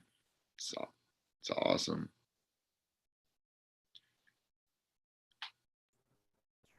That's why I'm proud of what this thing I'm doing. And I don't even say that as a joke. I've done a lot of things I'm proud of. I'm proud of, my three beautiful girls, that's for sure. But, we talk about, something that, that will be, you know, this is what I'm proud of, man. This is what I kind of hope at some point I even told that to my daughter, I love growing everything else. I've always had like everybody else has that dream of that monster grow and this and that. But I was like, I think this is the path I was set to take. You know what I mean? I think, you know what I mean? And again, there's been times ups and downs with this, back February, I had like a crazy, like, I don't know, I kind of like hit bottom again, kind of with being public and on, all that. And it was funny because it was a February when Seb died, and I just actually thought about that. But I called out 1,000 episodes when I started this, and then there was like February. I was like, man, I don't know, fuck this shit. Man. I was depleted. I don't know, man. And then it was like one of them things, man. It isn't until you hit bottom, and there's like nothing left. You know what I mean? Everything else, you look around, it's like, oh, and then it was, yeah, it's this, it's this. Man. But what are you going to be passionate about from here on out? How are you going to fill your soul? This, and it was weird, is because like when it's too long a story, but I started seeing like spirit numbers a long time ago that coincided with a hero dose of psilocybin. Seen them ever since then. I started following the numbers. For a while, I seen them, and it was like, wow, you know what I mean? And then I started following the numbers, kind of looking into what they mean every time I see them and all that. And good things started to happen. The show, all throughout the process, numbers, numbers, numbers, numbers, numbers. Attitude started going south, numbers stopped. It got a little dark. My attitude, it's tough to do. Had that, it was just so many things kind of crashed at once, made me just really bound me up, man. And then I decided that I was going to take this all in. Told myself, all in. I don't give a fuck where it takes me. All in. Numbers came back. And I kind of went, huh. And the more I thought back to myself, all in numbers. So I think what I'm most proud about, what I'm most passionate about again, is this right here, man. I couldn't be more proud of anything I've ever done in my life. To sit here and show people that there's fucking amazing people like yourself out there. People give me shit sometimes because I don't talk about a lot of shit, man. I said be quiet. I don't talk about myself. I don't talk about my girl. They'd probably learn more about me tonight with the little bits of you picked out of me than they have me divulging shit about myself. But it's this, man, showing people that there's these fucking amazing people in the commanders community that are passionate about what they do, and this whole thing. That's that's what I'm passionate about. That's what I'm proud about right now. And there's so many good people like yourselves, man. 431 episodes like tonight, man. That's I awesome. thought, man, in the beginning, am I gonna fucking run out of people? But no, somehow, some way, they just keep coming. You know what I mean? You know, I don't. They just. I don't even know how I get great people like yourself. It's just I figure it's fate, man. Like I said before, I didn't know you up until tonight, man. We never crossed paths, but it's a dice I roll every night. Yeah. Some folks I do know and admire, and I get up here and show. There's some people that I see on Instagram. There's that odd chance that I could get, some terrible person one night. You know what I mean? But that hasn't happened, man. They just fucking keep coming, man. And that's what I am proud of to show. There's fucking so many awesome people in this game.